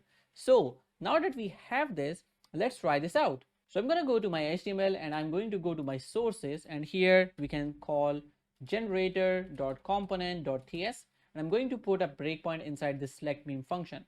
Now when I click any of these, you see that the breakpoint comes inside with the selected meme. So the meme is first world problems, and you can see that right now the selected meme was null, but now we are assigning this meme to the selected meme, and now it got this variable. Now when that happens, I want to show the selected meme instead of all this grid. So if I go to my HTML, I already have this ng container, and this is what I want to use. So I'm going to uncomment this, and here I want to do some magic. I want to show this only when we have a selected meme, but not when we don't have one. And I want to show this grid only when we don't have a selected meme. So it would be either the selected meme or this whole grid. So what I'm going to do is that I'm going to copy this whole div, the one above the selected meme with the ng4 and with the select meme handler. I'm going to copy this. I'm going to go all the way here where it says meme choices grid, and I'm going to replace the content inside the ng template just like this. Okay, So it's exactly the same with some little modification. So I'm going to basically just style a bit. Then I'm going to uncomment this. Okay, if we have a selected meme, then I need to show this div. If we don't have a selected meme, then I want to show this meme's choices element. So I can say if selected meme, then semicolon, and then I can say else meme choices. Once I do so, then it becomes really fun. Right now you can see that we got two of these, so I need to remove the top one. Just above this one, this ng4 on let meme of memes, we can remove this because now we are using this one. So I can remove this one above selected meme, and now we have only one of the grids being shown. So I'm gonna remove this, and now you can see we got one grid. Now as soon as I select this element, you will notice something. Here you go, we now only show the selected meme, and you can also inspect this in here as well. In the element inspector, you can right click, see inspect, and now you will notice what happens in here. So right now if I kind of scroll this down, you will notice that if I refresh and if I see this grid here, and if I go to the top where it says form, notice that right here just inside this div where it says memes flags, you can see that this is the relative one, or this is the search input. If I click on any element, you see that this whole container changed because it switched, and now we got this particular selected meme. Now the only thing here remaining is if I wanted to unselect a meme, what happens then? And we don't have a way of doing that now, but we need to implement that. For this, we are going to use a font library called FontAwesome. But before that, I want to kind of revisit what we did just here. In our template, just below the search input, we said that if we have a selected meme, which we get by clicking on a particular meme, if you have a selected meme, then show this div, which is a single div with the selected image.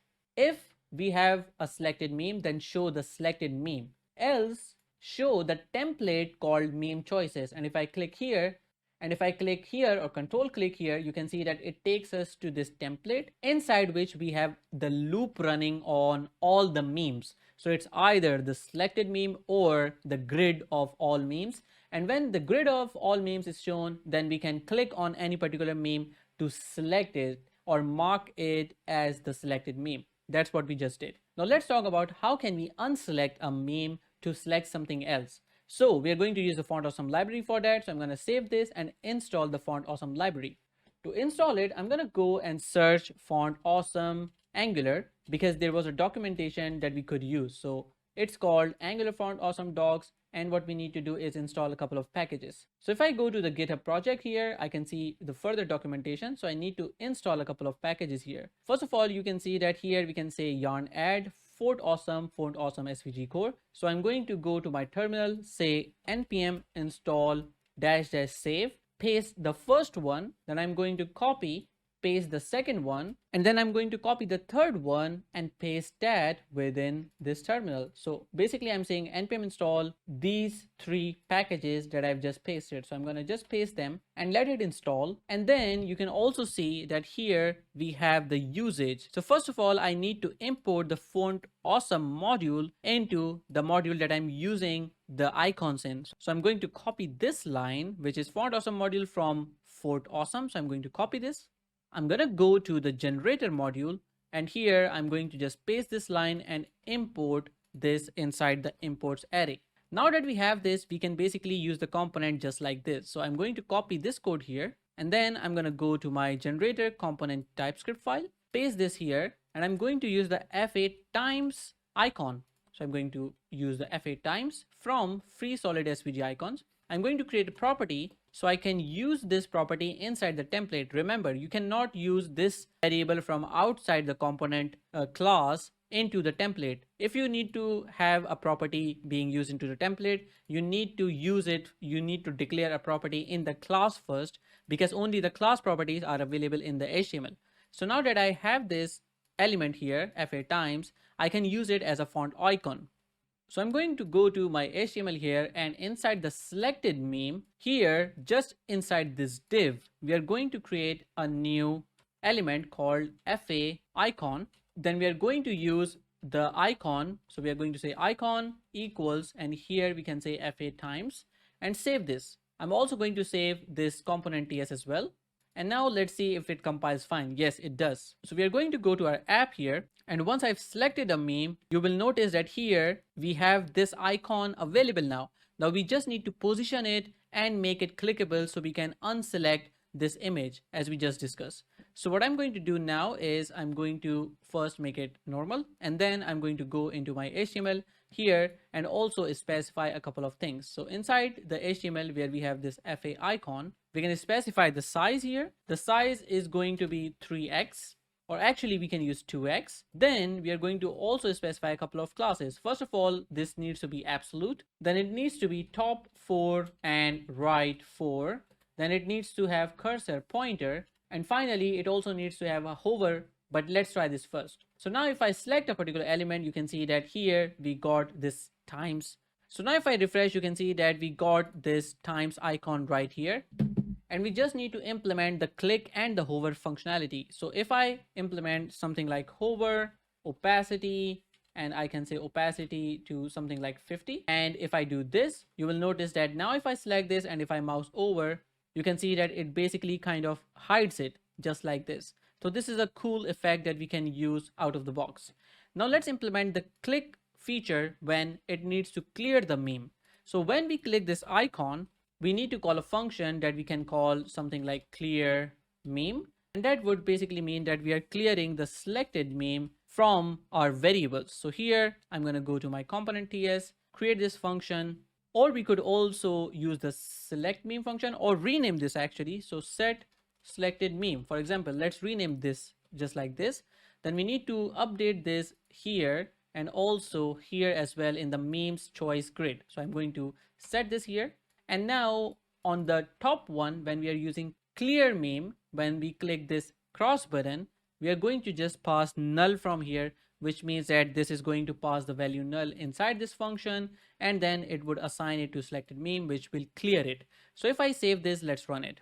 So now if I select a particular meme and if I click this cross, you can see that we go back, and this is what we wanted. And if I go to my particular source here, I can also check this right in the component file. So if I put the breakpoint here, if I click this one, you can see that the meme we got is first world Canadian problems. If I play this, very good. If I now click this again, we get null. And since we get null, then we show the grid again. Now that we have this selection implemented, let's talk about the query and how to search using basically characters. So for that, we are going to first implement the form itself. So we are going to first have to use the reactive form module. So we are going to import this here, reactive form module. And here we are going to import this from the forms module. So here we can say import from Angular/forms. And here we are going to say something like reactive forms module. So we are basically importing reactive forms module inside. Then we are going to go to our generator component. And then inside here, we are going to go and say in the constructor, we can say private form builder and form builder. Then we need to create a form here. So we can simply say form, which is going to be of time form group. Okay. And form group is also imported now from Angular forms. So both form builder and form group have to be imported from Angular forms. Now that we have got this inside the constructor, we are going to create the form. So we are going to say this dot form equals this dot form builder, and here dot group, and then we can say something like top text and then bottom text, and then we can say something like search text, which is basically the meme that we want to select. So now that we have done this, we can use this form in the HTML. So we need to use that. And then we are going to listen to this search text change. So first, let's apply these. So I'm going to go to my HTML here. And then on the top where we have this form in this HTML, so we have the form right here. In this form, we are going to say form group. And then here we can specify the name of the form called form. And this form is basically this variable that we just created. You could also rename this or could say something like generator form. And we can use that here if that makes sense. So we are using generator form here, replacing this generator form. This actually sounds better, so I'm going to keep this.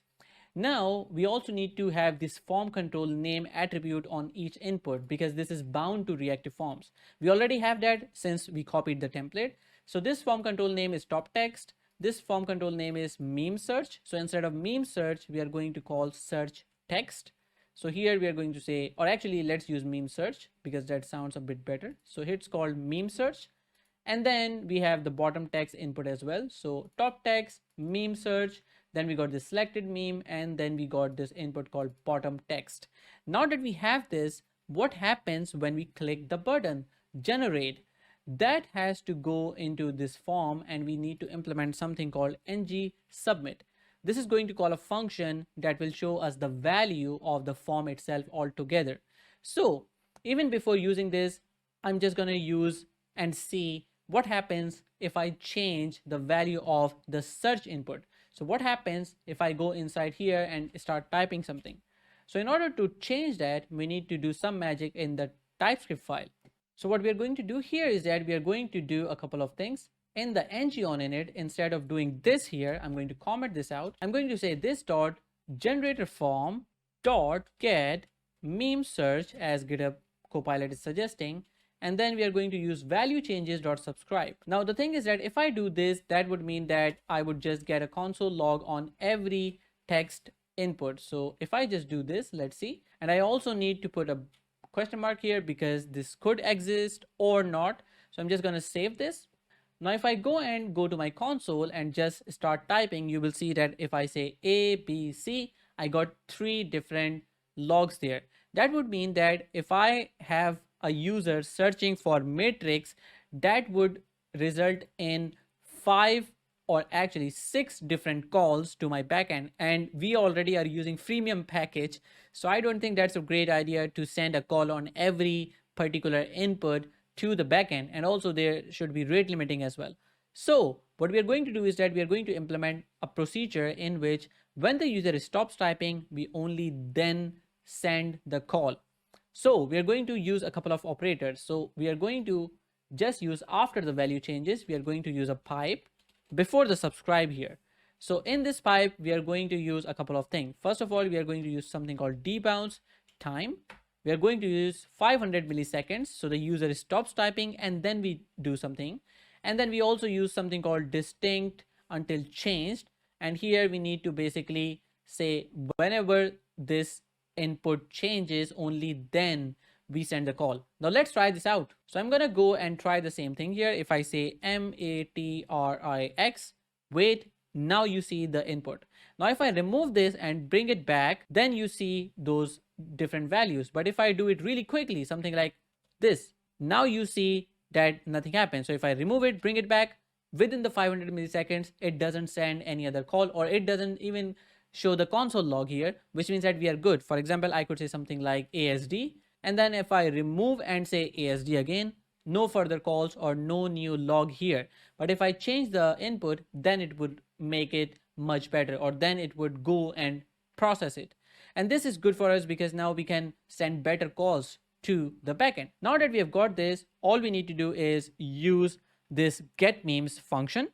But even so, what we can do is that we can basically implement another function here called the switch map. So here we can say switch map, and inside here we can basically use this. So we can say return, or actually this should be this dot gen service dot get memes. So I can simply do this.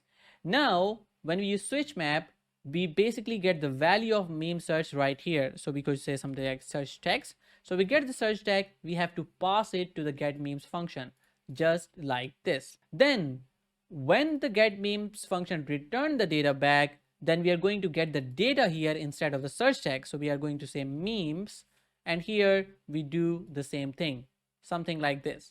So here we can also call it memes array, and here you can see what happens. Now our services get memes function does not accept a text at the moment. If I go to my generator service, you can see that it doesn't accept anything. So we need to specify here a parameter search text. We are going to default it with an empty string. So when we don't use it, it's fine. When we use it, it also passes it here. So I'm going to go to my component again and just save this. Now you can see we don't have any error. So it is going to pass whatever we are searching to the get memes. Then it comes here, and then we need to send this to the API call. And the way to do that is to provide this queue parameter that we already saw in Insomnia. So in Insomnia, we can see it says meme question mark q equals and then whatever the value is. So here we can use this backtick, and then here we can do something like this. So here we can say search text, and now we are sending the text to the API call. We are going to try it now.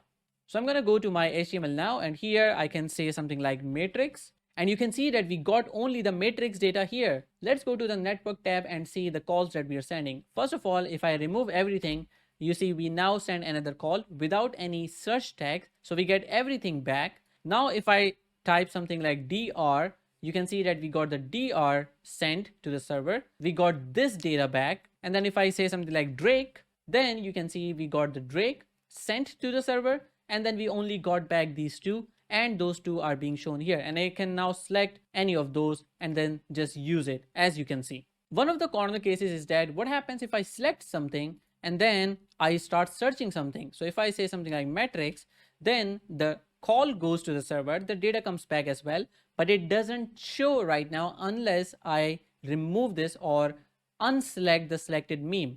So what should actually happen is that if I start searching something, my selection should go away. So that means that when we basically get this triggered, or when we get this meme search change or the text changes and the data comes back from the backend, then we also should do something like this dot set selected meme and just use null there. So if I do this, then this corner case would be fixed. So if I, for example, search something like matrix, and if I click this, and now if I start searching Drake, then you can see that the selection is gone and we got the value of the new data, and we are now showing them. Again, it is important to understand that this data is coming from our backend. It's not coming from the API calls or from the meme generator API. That is because we are kind of caching it into our server. Another problem right now is that previously it used to fetch the grid automatically even without searching to show the default 10 values or the initial 10 values the user could pick from. But right now it doesn't do that, and that is because we moved our code from ng-on-init from here to actually the change of value in the form, and unless someone changes that value, this doesn't trigger. So how do we change this or set this once? All you need to do is right after this whole code, we can basically say this dot gen form or generator form dot get meme search dot set value, and then we just set it to an empty string. Once we do so, it will trigger this change and it will basically send the value. So one of the things that we would have as a problem in this case, as I can think, is if I do this empty here, it will basically go into distinct until change and will not trigger it. Let's try this. So here you can see that it actually did change it, and that is because by default the value here is empty. I don't know why it did that. That's super funny. If I assign this to null by default, that would have made sense because it changed it. But if initial value is empty and I'm running this set value, even then it shows it for some reason. That's a bit weird, but I'll let it pass. Okay. So now that we've got this, I can remove this code from here. We have got some default values. We can choose a value and we can also unselect a value. The only thing that is remaining is generating this meme. How do we generate this? And that actually has some pieces that we need to put together. First of all, we need to know when this button was clicked so we can show the value. So if I just say generate, nothing happens right now. So we need to create a function called form submit, or we could call it generate meme, something like this. And this should basically just log the values of generator form. So we are going to do a couple of things. First of all, the only values we need from here is top text and bottom text, because the selected meme is in the selected meme variable. Okay, so we are just going to take const here and we are going to take it from the generator form. This should be const, and then here we can say something like top text and bottom text. So we are going to get those values out from here. Then we are also going to combine it with the selected meme, right?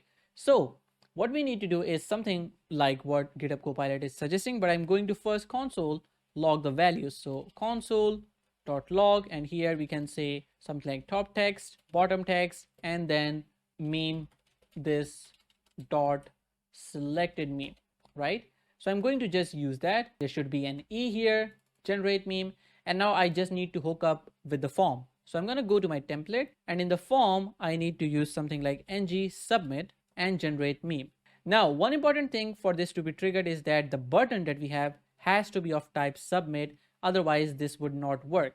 So it's already submit. So if I'm going to go to here, and even if I just press generate here, you can see the value. Top text is empty, bottom text is empty, there's no meme. If I select a meme and if I hit generate, now we got the meme, but both of these values are empty. So I could say something like top text, bottom text, and hit generate.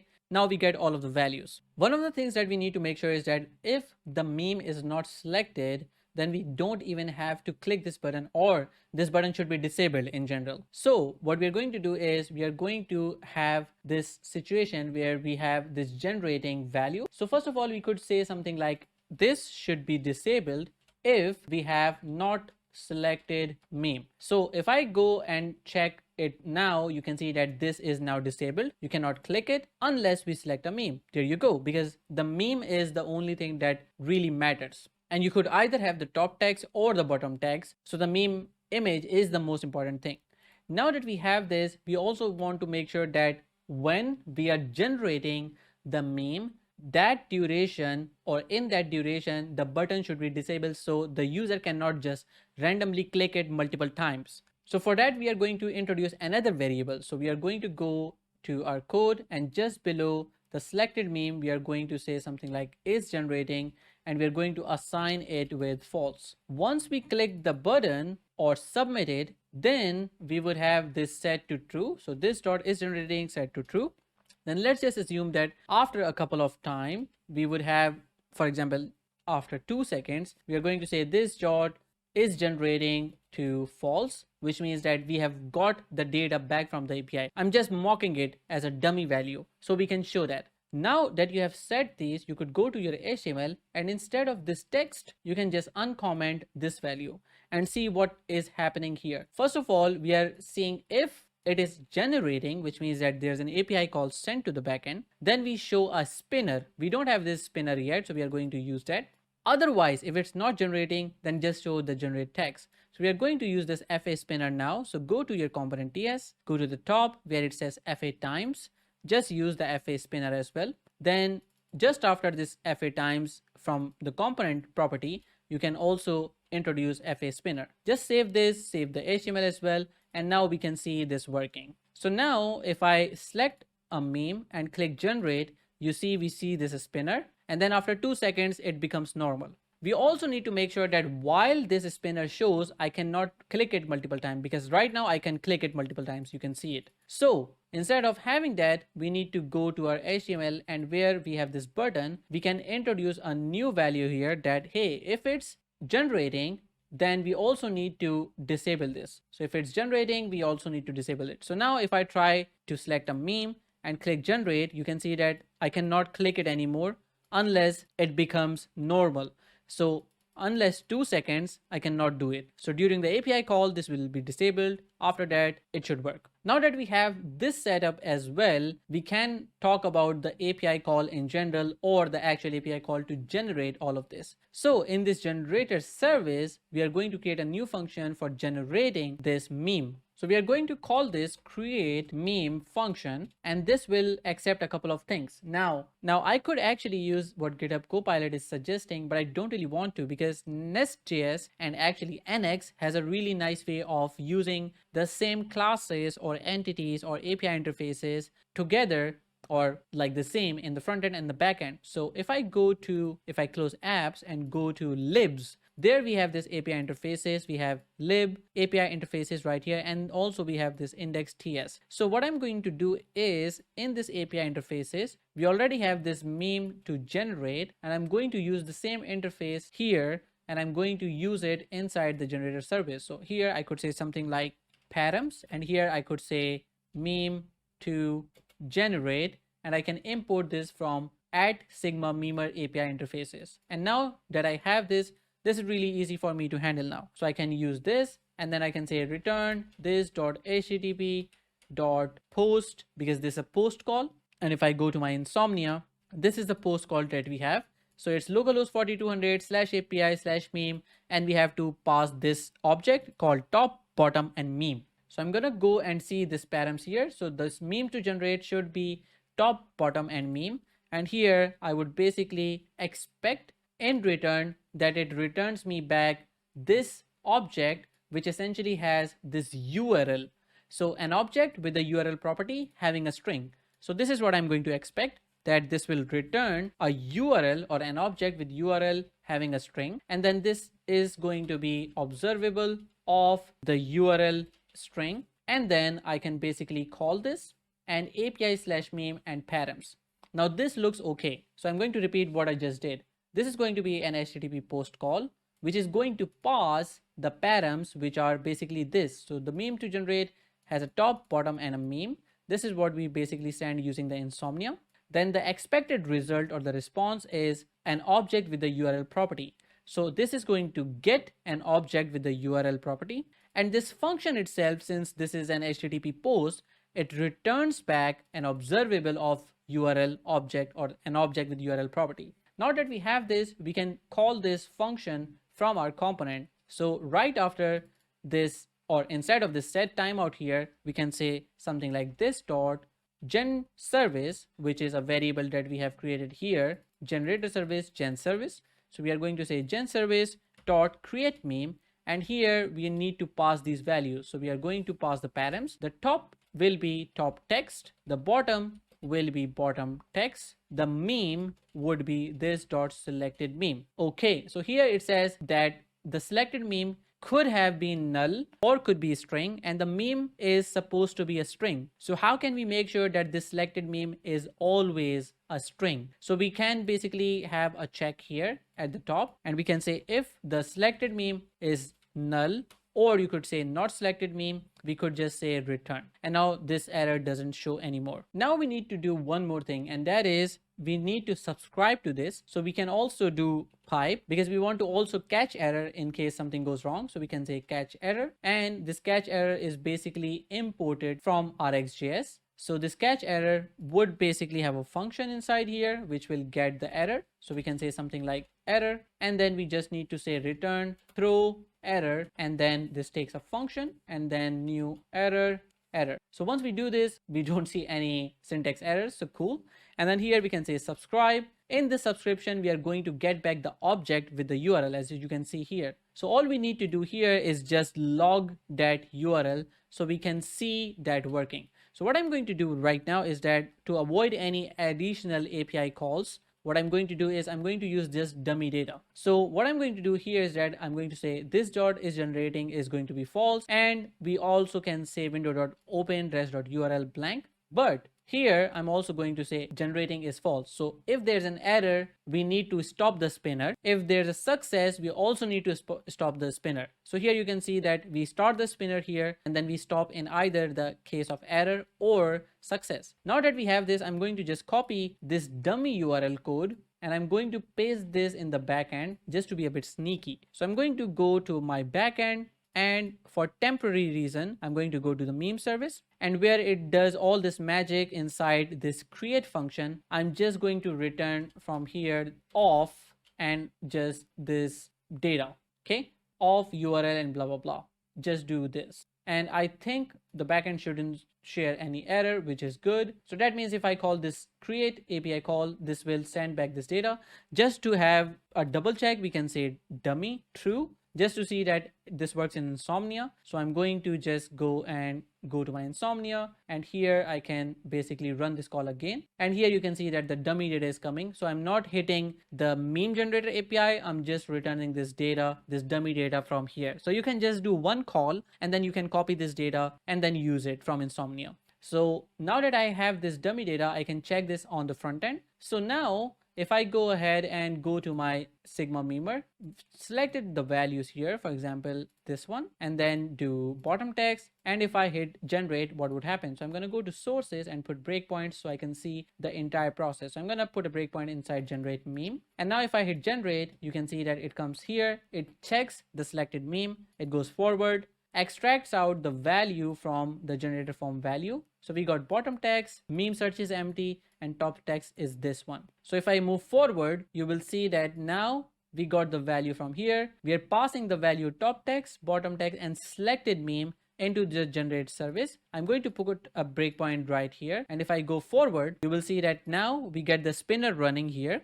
Okay. And we also got the data back with the dummy true and the URL. Now it goes forward, and if I just do this, you see that it opens into a new URL. And this is the problem here.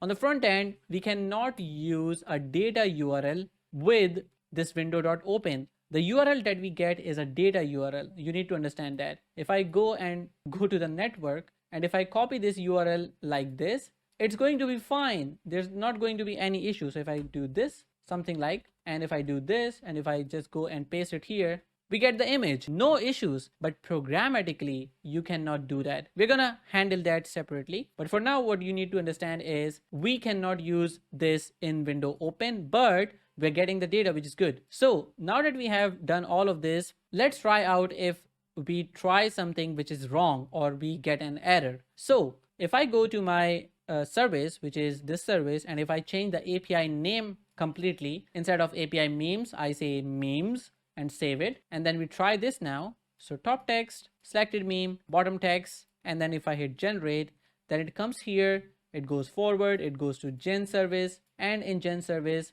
I'm going to go inside just to show you. So in the service, it is now doing a post request to API/memes. And once it comes back from here, it gets the error. So here we have got the error that says 404 because that API does not exist. In that case, you can see the spinner here is running. So if we did not have this code, it would have kept running and running and running. So we need to make it false. Once we do so, it becomes normal. Okay. So in any error case, we are now kind of foolproof. So it doesn't break the UI. Now that we have this, let's talk about how we can implement a way for the user to download this, because the user should be able to download this meme that was generated, right? So how do we do that? In order to do so, we are going to create a new variable called download URL, and we are going to use that. So we are going to show a toast with the download URL so the user can click on it and see it working. So we are going to call this download URL. We are going to initiate that with an empty string. And then once we get the data from the server, then we just need to say here this.download URL equals to res.url, and we can remove this window.open from here. Now that we have got this URL, we need to show this in the UI. So if you go to the template now, at the very bottom, you will see this toast element. So you need to uncomment this, and now you will use the URL, the download URL here. And in order to do so, we need to do something special. We need to implement a logic where we could get that download URL and we can basically use it to download it.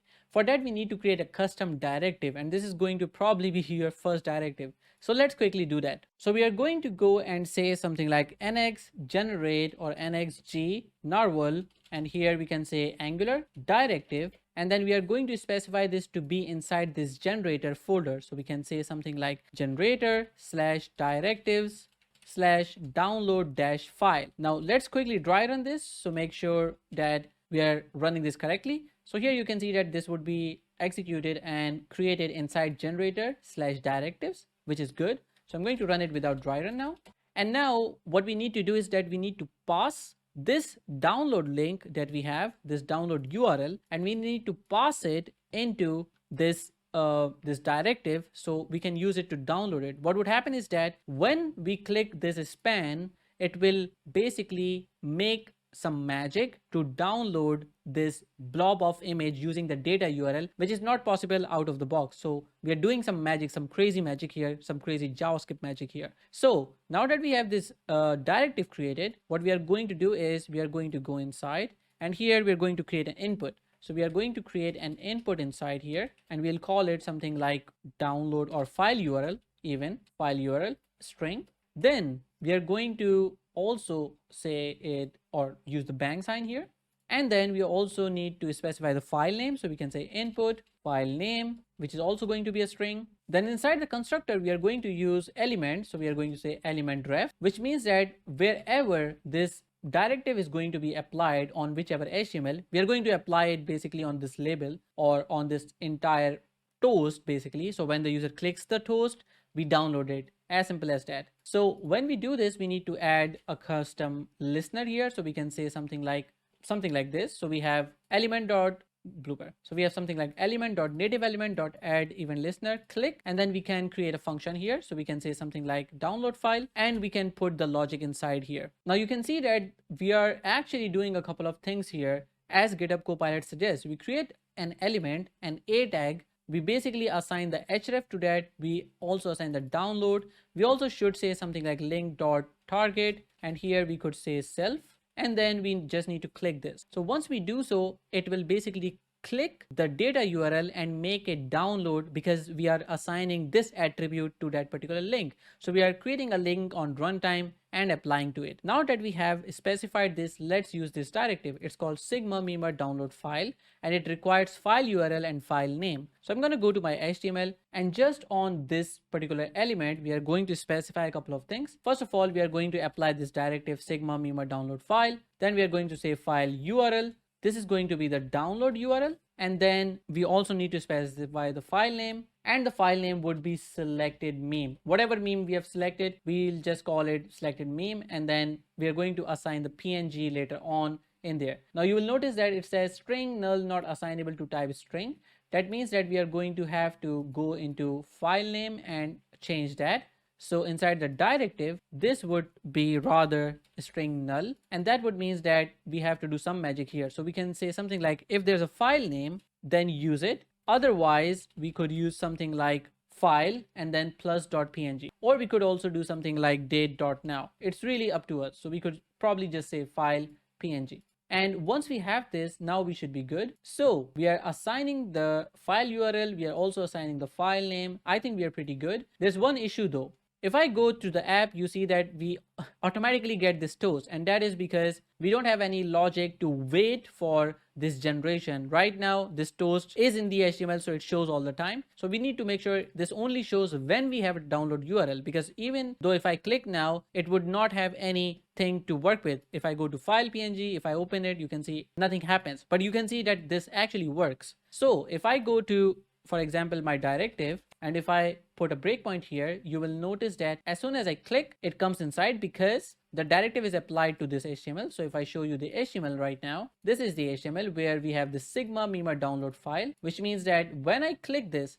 it basically gets this element, the div, the complete div itself. So it clicks and comes inside, or basically calls this download file function, which is this one. It creates a new element, assigns the href, assigns the download. So href is this one, download is this, and then the download is basically filename.png or file.png, and the target is self, and then we click it, so it downloads another file. Okay, now we only need to show this when we have a download URL. So I'm going to just put an ngif here, ngif, and then download URL. Okay, now if I save this and go back, now you don't see the toast anymore unless we create a particular meme. So if I select this, if I hit generate, it goes inside, goes forward, it comes here. Once the meme is generated, or right now it is in the cache. No, it is not in the cache. If I go here, you can see that we get the URL, the data URL itself. Now it's going to assign this to download URL, which means that it is going to be assigning it to here. So if I just hit play, you can see that we got the toast. And if I click now, you can see that this file URL now and the file name is there. So the file URL now is the data URL that we need to download. And the file name is 10 guy, the meme that we have selected.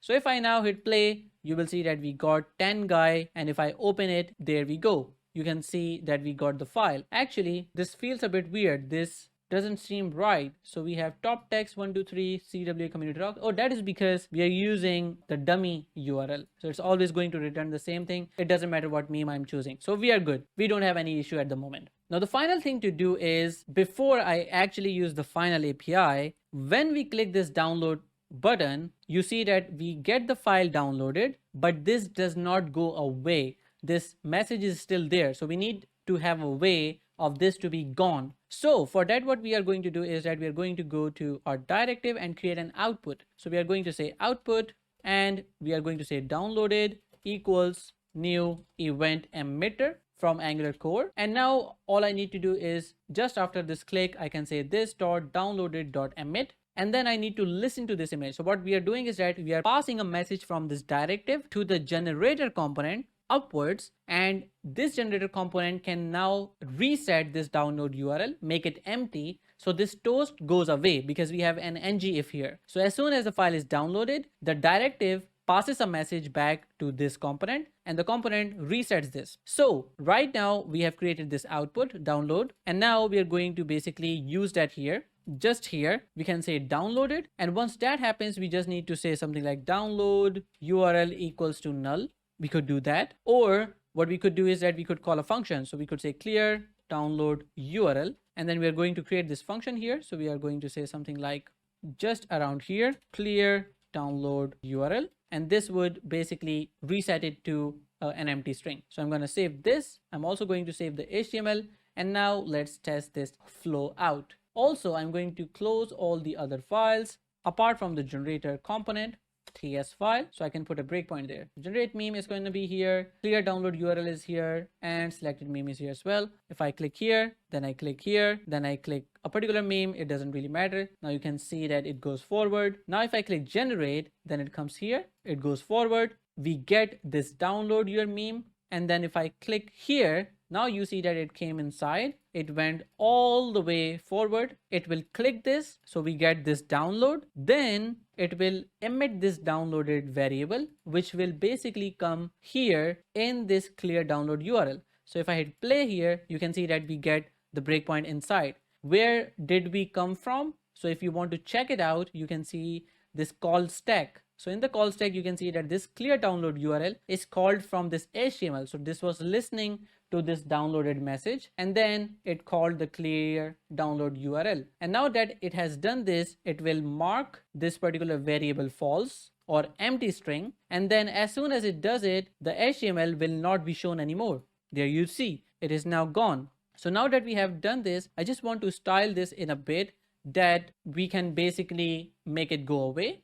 But there's also one thing that we also need to consider, and that is what happens if the user doesn't want to download this. So little crazy corner cases that we as engineers have to solve. So in that case, we need to have a button here that could be clicked and could be used for just dismissing the toast. So for that, I'm going to quickly add a new element here. I'm going to use this FA icon, and I'm using the FA times here, and we are going to have a particular function that we can use for clicking this. We are going to call this close download toast. So I'm going to copy this, go to my code and create this function. And then what I want to do is just do this dot download URL, or just basically call this function instead, so we don't have to repeat ourselves. This dot clear download URL. Okay. The only thing that I'm concerned about is in the HTML, when we have got this when we have the situation where you have a click handler on an icon and then another click handler up top, which is this Sigma Memer download file, which is inside this directive. What happens is that the first click is triggered on this FA icon, but then also the click triggered on the parent icon. So what blooper? But then also the click is triggered on the parent element as well. So in order to stop that propagation of the click event, we need to pass the dollar event from here, which will pass this mouse event into this function. So I can call this something like event mouse event.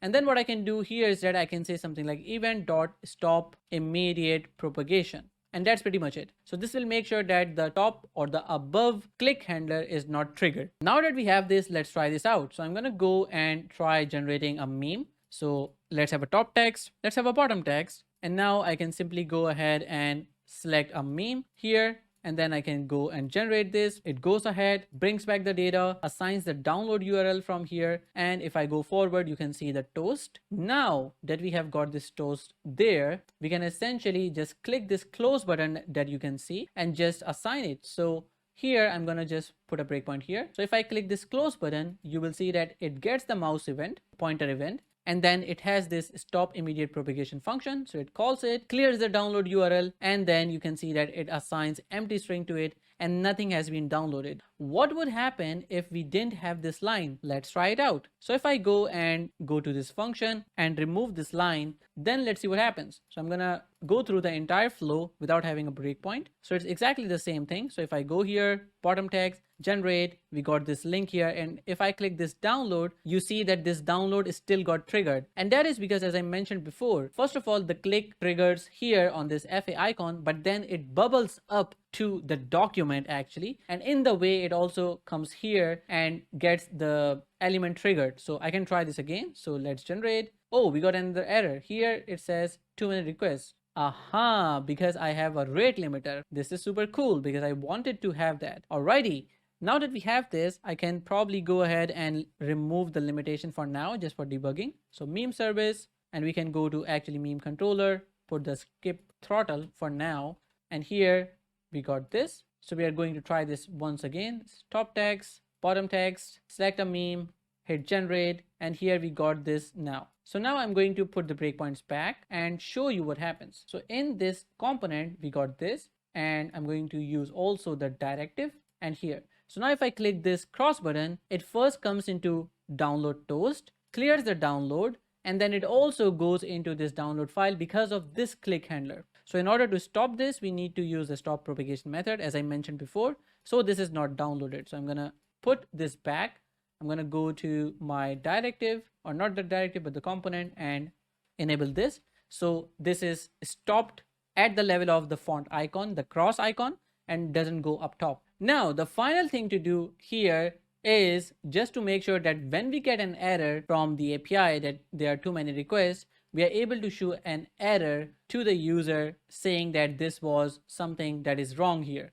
So what I'm going to do is I'm going to go and just create another property inside this class generator component, and we can say something like error, and or actually call this generation error. This is not the best way of having this, but I'm still going to use this. So what I do want to do now is if there is an error, then we need to just use that error and show it. So what would happen in this case is that if we get an error, we are going to say this dot generation error equals to error dot message. And once we have that set, we are going to also unset it after a while. So we are going to say set timeout, and then here we are going to say something like after 3 seconds, we say this dot generation error equals to an empty string, just for the sake of simplicity. And then we are going to use that in the HTML. So we are going to copy the same toast just like this, but this one will not have the download attributes, nothing like this, okay? And it will also not have this font icon, or actually this will have a font icon, but we're going to see how we can fix that. So for clicking, we can say something like generate, or actually error, generation error equals to empty string. So we can just do it right here. Then the final thing that we need to show here is the generation error, just like this, or not like this, but like this. So we are showing that message. And the final thing is this should be BG red, right? And I think we are good. We just need to change the IDs or remove this for from here. And I think we are good. So I'm going to just save this and try this out. So right now you see that we still get this message, even though we don't have an error message to show. We're gonna see this ngIf statement. So we need to implement this ngIf at the top. ngIf the generation error exists, and now this won't be shown unless we have an error. So we go, we search something, we set this, we hit generate, and we got the download resume. If I do generate again, we still should get it. If I hit generate again, we get it. We keep getting it because we have the meme service skipping the throttle. So we need to set it back. And now let's try this again. So I'm going to refresh this, do this, do this, do this, generate one time. I'm going to close this, generate another time, generate the third time, generate the fourth time, and we got an error like HTTP failure response for blah, blah, blah. So generate it again, and you can see that it says too many requests. So I'm going to quickly see this object here, and here we got this error. So in here, I'm just going to put a breakpoint just to see the error. So here we got this error. The error message says HTTP failure response. So what I can do is, instead of doing this, I can just see the status code and have a custom message there. So I could say something like in the generator component TypeScript file, I could say something like switch, and we can say something like error.status. In case the status is 249 or 429, actually, we can say this dot generation error equals to too many requests. You can only generate 3 memes in a span of 5 minutes, for example. If that's accurate, I believe it should be. So if I go to the app module here, we have Time to live 60 into 5. Yeah, so in 5 minutes we can only generate 3, and in the default case we can just say this dot generation, something went wrong, please try again later. So we don't have to do this, and I can save this now. So if I try this again now, we should get a new or good error message. So I'm going to try this, hit this, generate. Too many requests, you can only generate 3 memes in a span of 5 minutes. I'm going to increase the timer to 5 so we can read the message because it seems like it's too long. So do this, generate. So here you can see that we got a message, right? Or we could make it so that this never disappears unless someone clicks it. So I think that's probably better. So do this, generate. And now if I click this, it goes away. If I hit generate again, we see the message again. Super cool. Now what I also want to do is to basically have a success message as well. Now one thing that I also want to do is just to make sure that the success message looks like a success message. So this shouldn't be indigo, this should rather be green. So we can use a green 500, and we can also perhaps have some padding from top and bottom just to have it a bit more. So maybe use something like py of 6 maybe. What is 6 exactly? Is it 24 pixel? Yeah, we could use it. So let's try this out now. So I'm going to use the script throttle for now. So I'm going to go to meme service or node generator controller. So meme controller, put the script throttle for now. Try this out with a random generator. And here you can see that click to download your meme. Super cool. Looks good. Now that I have this one, I can hit close. It closes itself. I can generate, click this. It generates and gets the data out of it. Right now still we have the dummy API call, so that's good. But if there are errors, they are shown correctly. So I'm going to try this once again. Generate, generate, generate, generate, and now you can see that it says too many requests, right? One more thing that we need to do is that if we are clicking the generate button again, we should clear out the current download URL. So in the generator component TS, you will see that once we click this generate meme, we should do two things. One, clear out any error that we have, and then also clear out any download URL. So in this generate meme, we would do this dot generation error equals to empty, this dot clear download URL as well. And now this should be good. So if I do, for example, something like this, select a meme, hit generate, we get this error. But if I generate again, it goes away and then it sends the call and then it shows another toast. So here you can see those toast. Now if I go to my meme service or meme controller and put back, or actually there is, oh, now it should be good. So now if I hit generate, you will see that now it's successful. If I generate again, successful, successful. So this shows that now this is a new URL that is coming in. If there's a script throttle, so this should be like 1, 2, 3, error, right? There we go. So now this looks overall good to me. Awesome. Now I think we have everything that we needed to do. So I'm just gonna double check my code and then we are going to push this on my GitHub.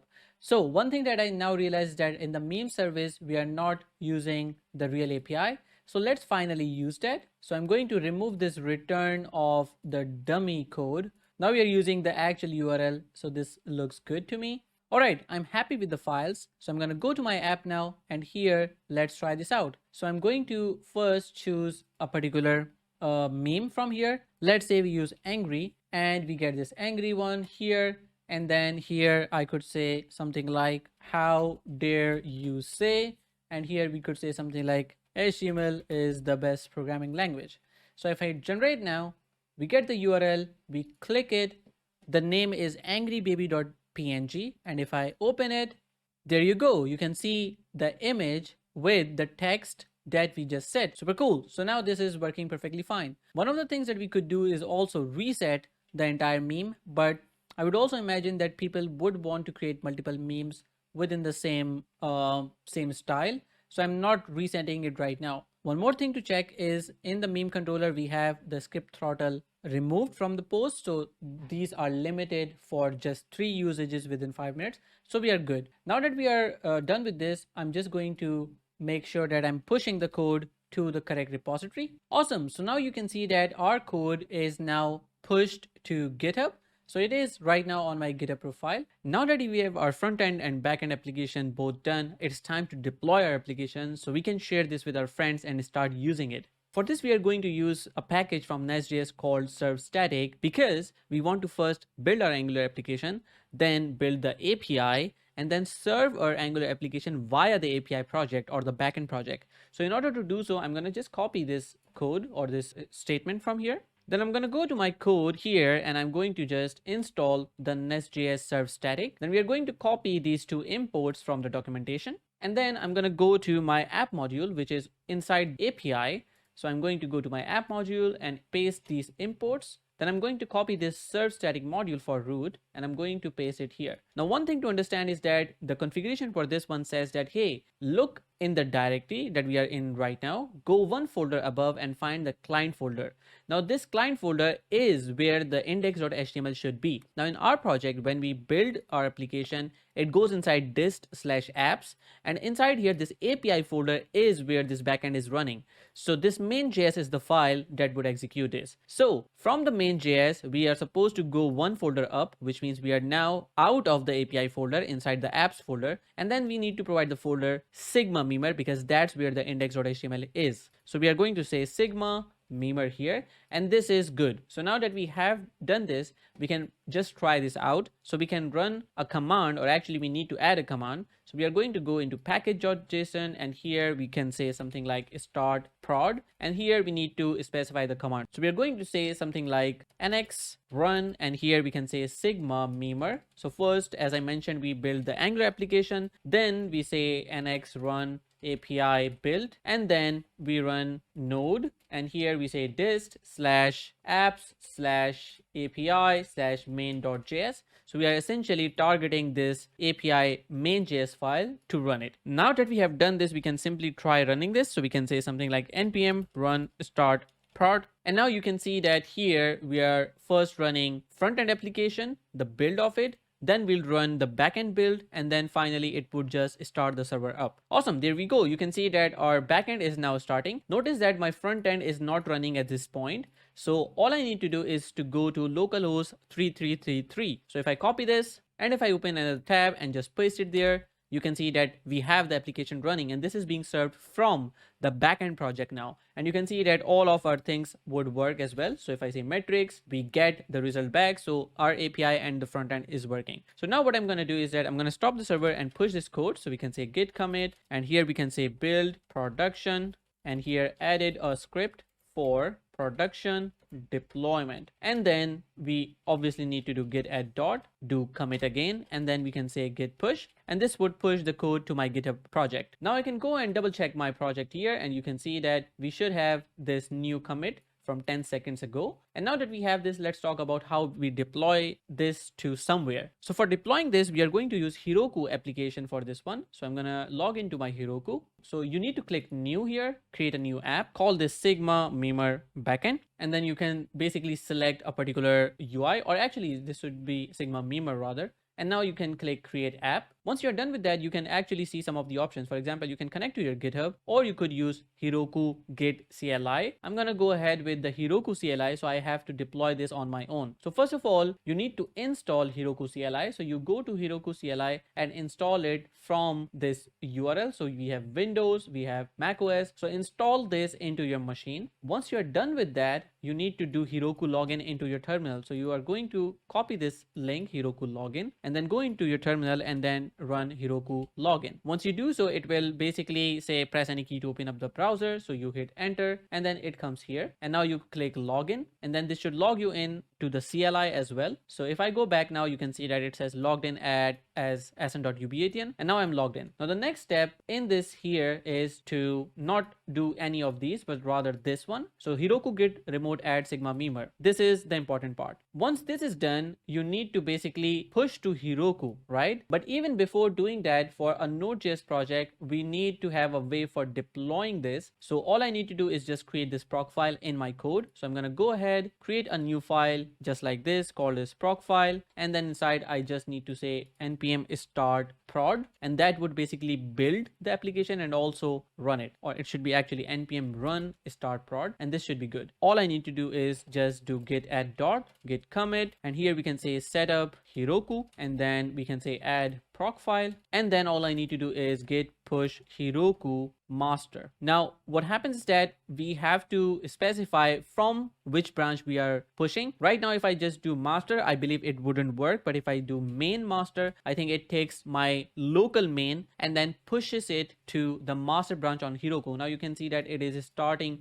to do some stuff. It's basically using Node.js scripts, it is installing the dependencies, and then it is going to start running the process via the proc file. While this is building, I realized one important thing, that we have not added our env variables. So you're gonna have to copy these values. So rapid API host, then you go to your Node.js dashboard inside the Sigma Memer project, then you go to settings, and inside here we have the config vars, and this is where you are going to add environment variables. So we are going to say rapid API host, copy this value, paste it here, click add, and then rapid API key, paste it, and copy this one, paste it as well, and just hit add. Now as this is running right now, you will notice that it says nx successfully ran the target build. So it ran the whole process, it built the front-end project, the API project, and then it served it. And now you can see that it says compressing release version 5. So I need to just go to this page to see this working. Now that we have deployed this, if I have a look at the logs, we have a problem, and this doesn't work because we got some problems here. It says cannot find module angular dev kit build angular package JSON, and that is because if I see this project or this package, and if I go to my package JSON, I can see that this is part of the dev dependency, and this is not an actual dependency in the code. One thing that I think we can do is, instead of using this dev dependency, what we could do is that we could add a post install or update the post install script to also generate these files. So instead of start production, we can basically remove this from here and then add it to here, something like this, which means that once we have pushed this to Heroku, that would also run these build commands, and once that's done, then you could see that it would start production and then just run it beforehand. So this would be a good idea to do once we have the install taking place.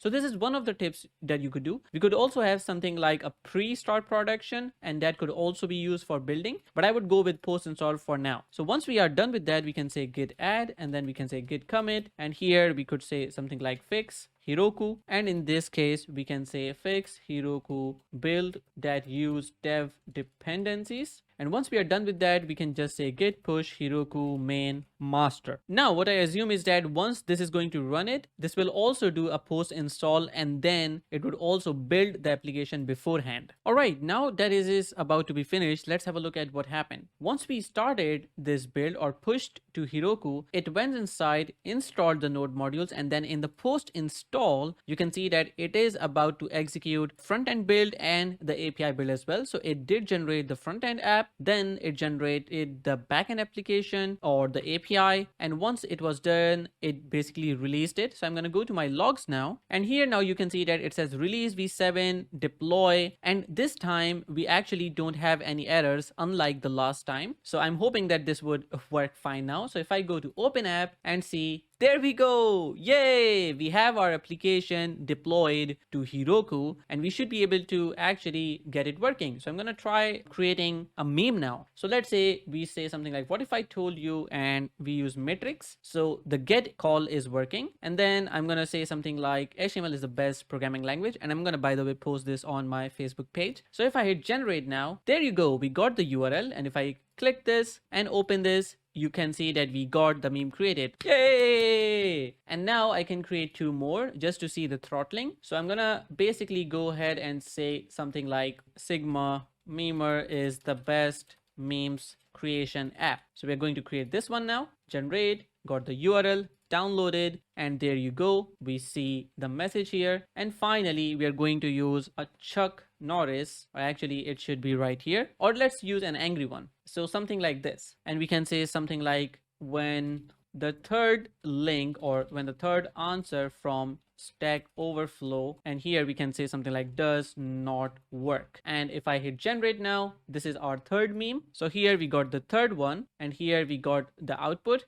It doesn't look so great because of the color scheme, But if I hit another one for this one, and let's say we just change some values, let's say question mark, and hit generate, there you go. You see too many requests, and we see the message because we can only generate 3 memes in a time span of 5 minutes, but I would probably change it to 15. But here we go. We have our application deployed on Heroku without any issues, or actually we found some issues and we fixed them. So there we go. We have our application deployed. Before we finalize our application, there are a couple of things that I would like to do. First of all, I want to take out these commands from here and then kind of just use them into a separate command. So I'm going to cut this nx run sigma memer build, so all the way from here, and then I can remove this and from here, and then just add here something like build prod, and then add the commands here. And then also what I can do is now I can basically go ahead and here I can say npm run build prod, and this would essentially build the front end and the back end for us, and that should be ready for start production. So now we've just changed some commands. So now I'm going to just add this, push this, and also push this to our GitHub repositories so we can finalize the code. So I'm going to quickly do git add dot, and here we can say git commit, here we can say chore build, and here we can say separated out build command for production. And I'm just going to first push it to Heroku via git push Heroku main master, and then I'm going to essentially just do a git push to my GitHub project. So I'm just gonna add another terminal here and just push it while the other one is running. So I can say git push, and that should just push all of these commits that we have, like these 3 commits, to GitHub. So now you can see it pushed to GitHub here. And now if I go to my GitHub project, I can see that we should have this code push. So if I refresh here, we should have this 1 minute ago that you can see here in the package JSON. And finally, what we can do is that we can also add URL, the Sigma memer, and kind of just paste the link here. So I'm going to copy this and then go to my GitHub project and then just add it into the about right here, and there we go. And I'm also going to just add a bunch of tags here, so this is ready for you. And that brings us to the end of this video. I hope you enjoyed this video. There was a lot of things that we could learn within this video, whether on the front end, on the back end, or if we talk about deploying this application to production. And you also learned about the Rapid API hub, where we have just this one meme generator API, but you could essentially find a lot of APIs on Rapid API hub, whether it's about news, whether it's about lorem some stuff, or some crucial APIs that you would want to find right there. So I hope you liked the video. If you did, press the thumbs up button, subscribe to the channel if you have not already. That really helps the channel grow. Let me know in the comments what kind of tutorial would you want me to talk about next. Would it be React plus Express? Would you want me to talk about Angular more, or would you want me to talk about NestJS? Let me know in the comments and I'll make sure to hard that out. And as always, happy coding. I'm gonna see you in the next video.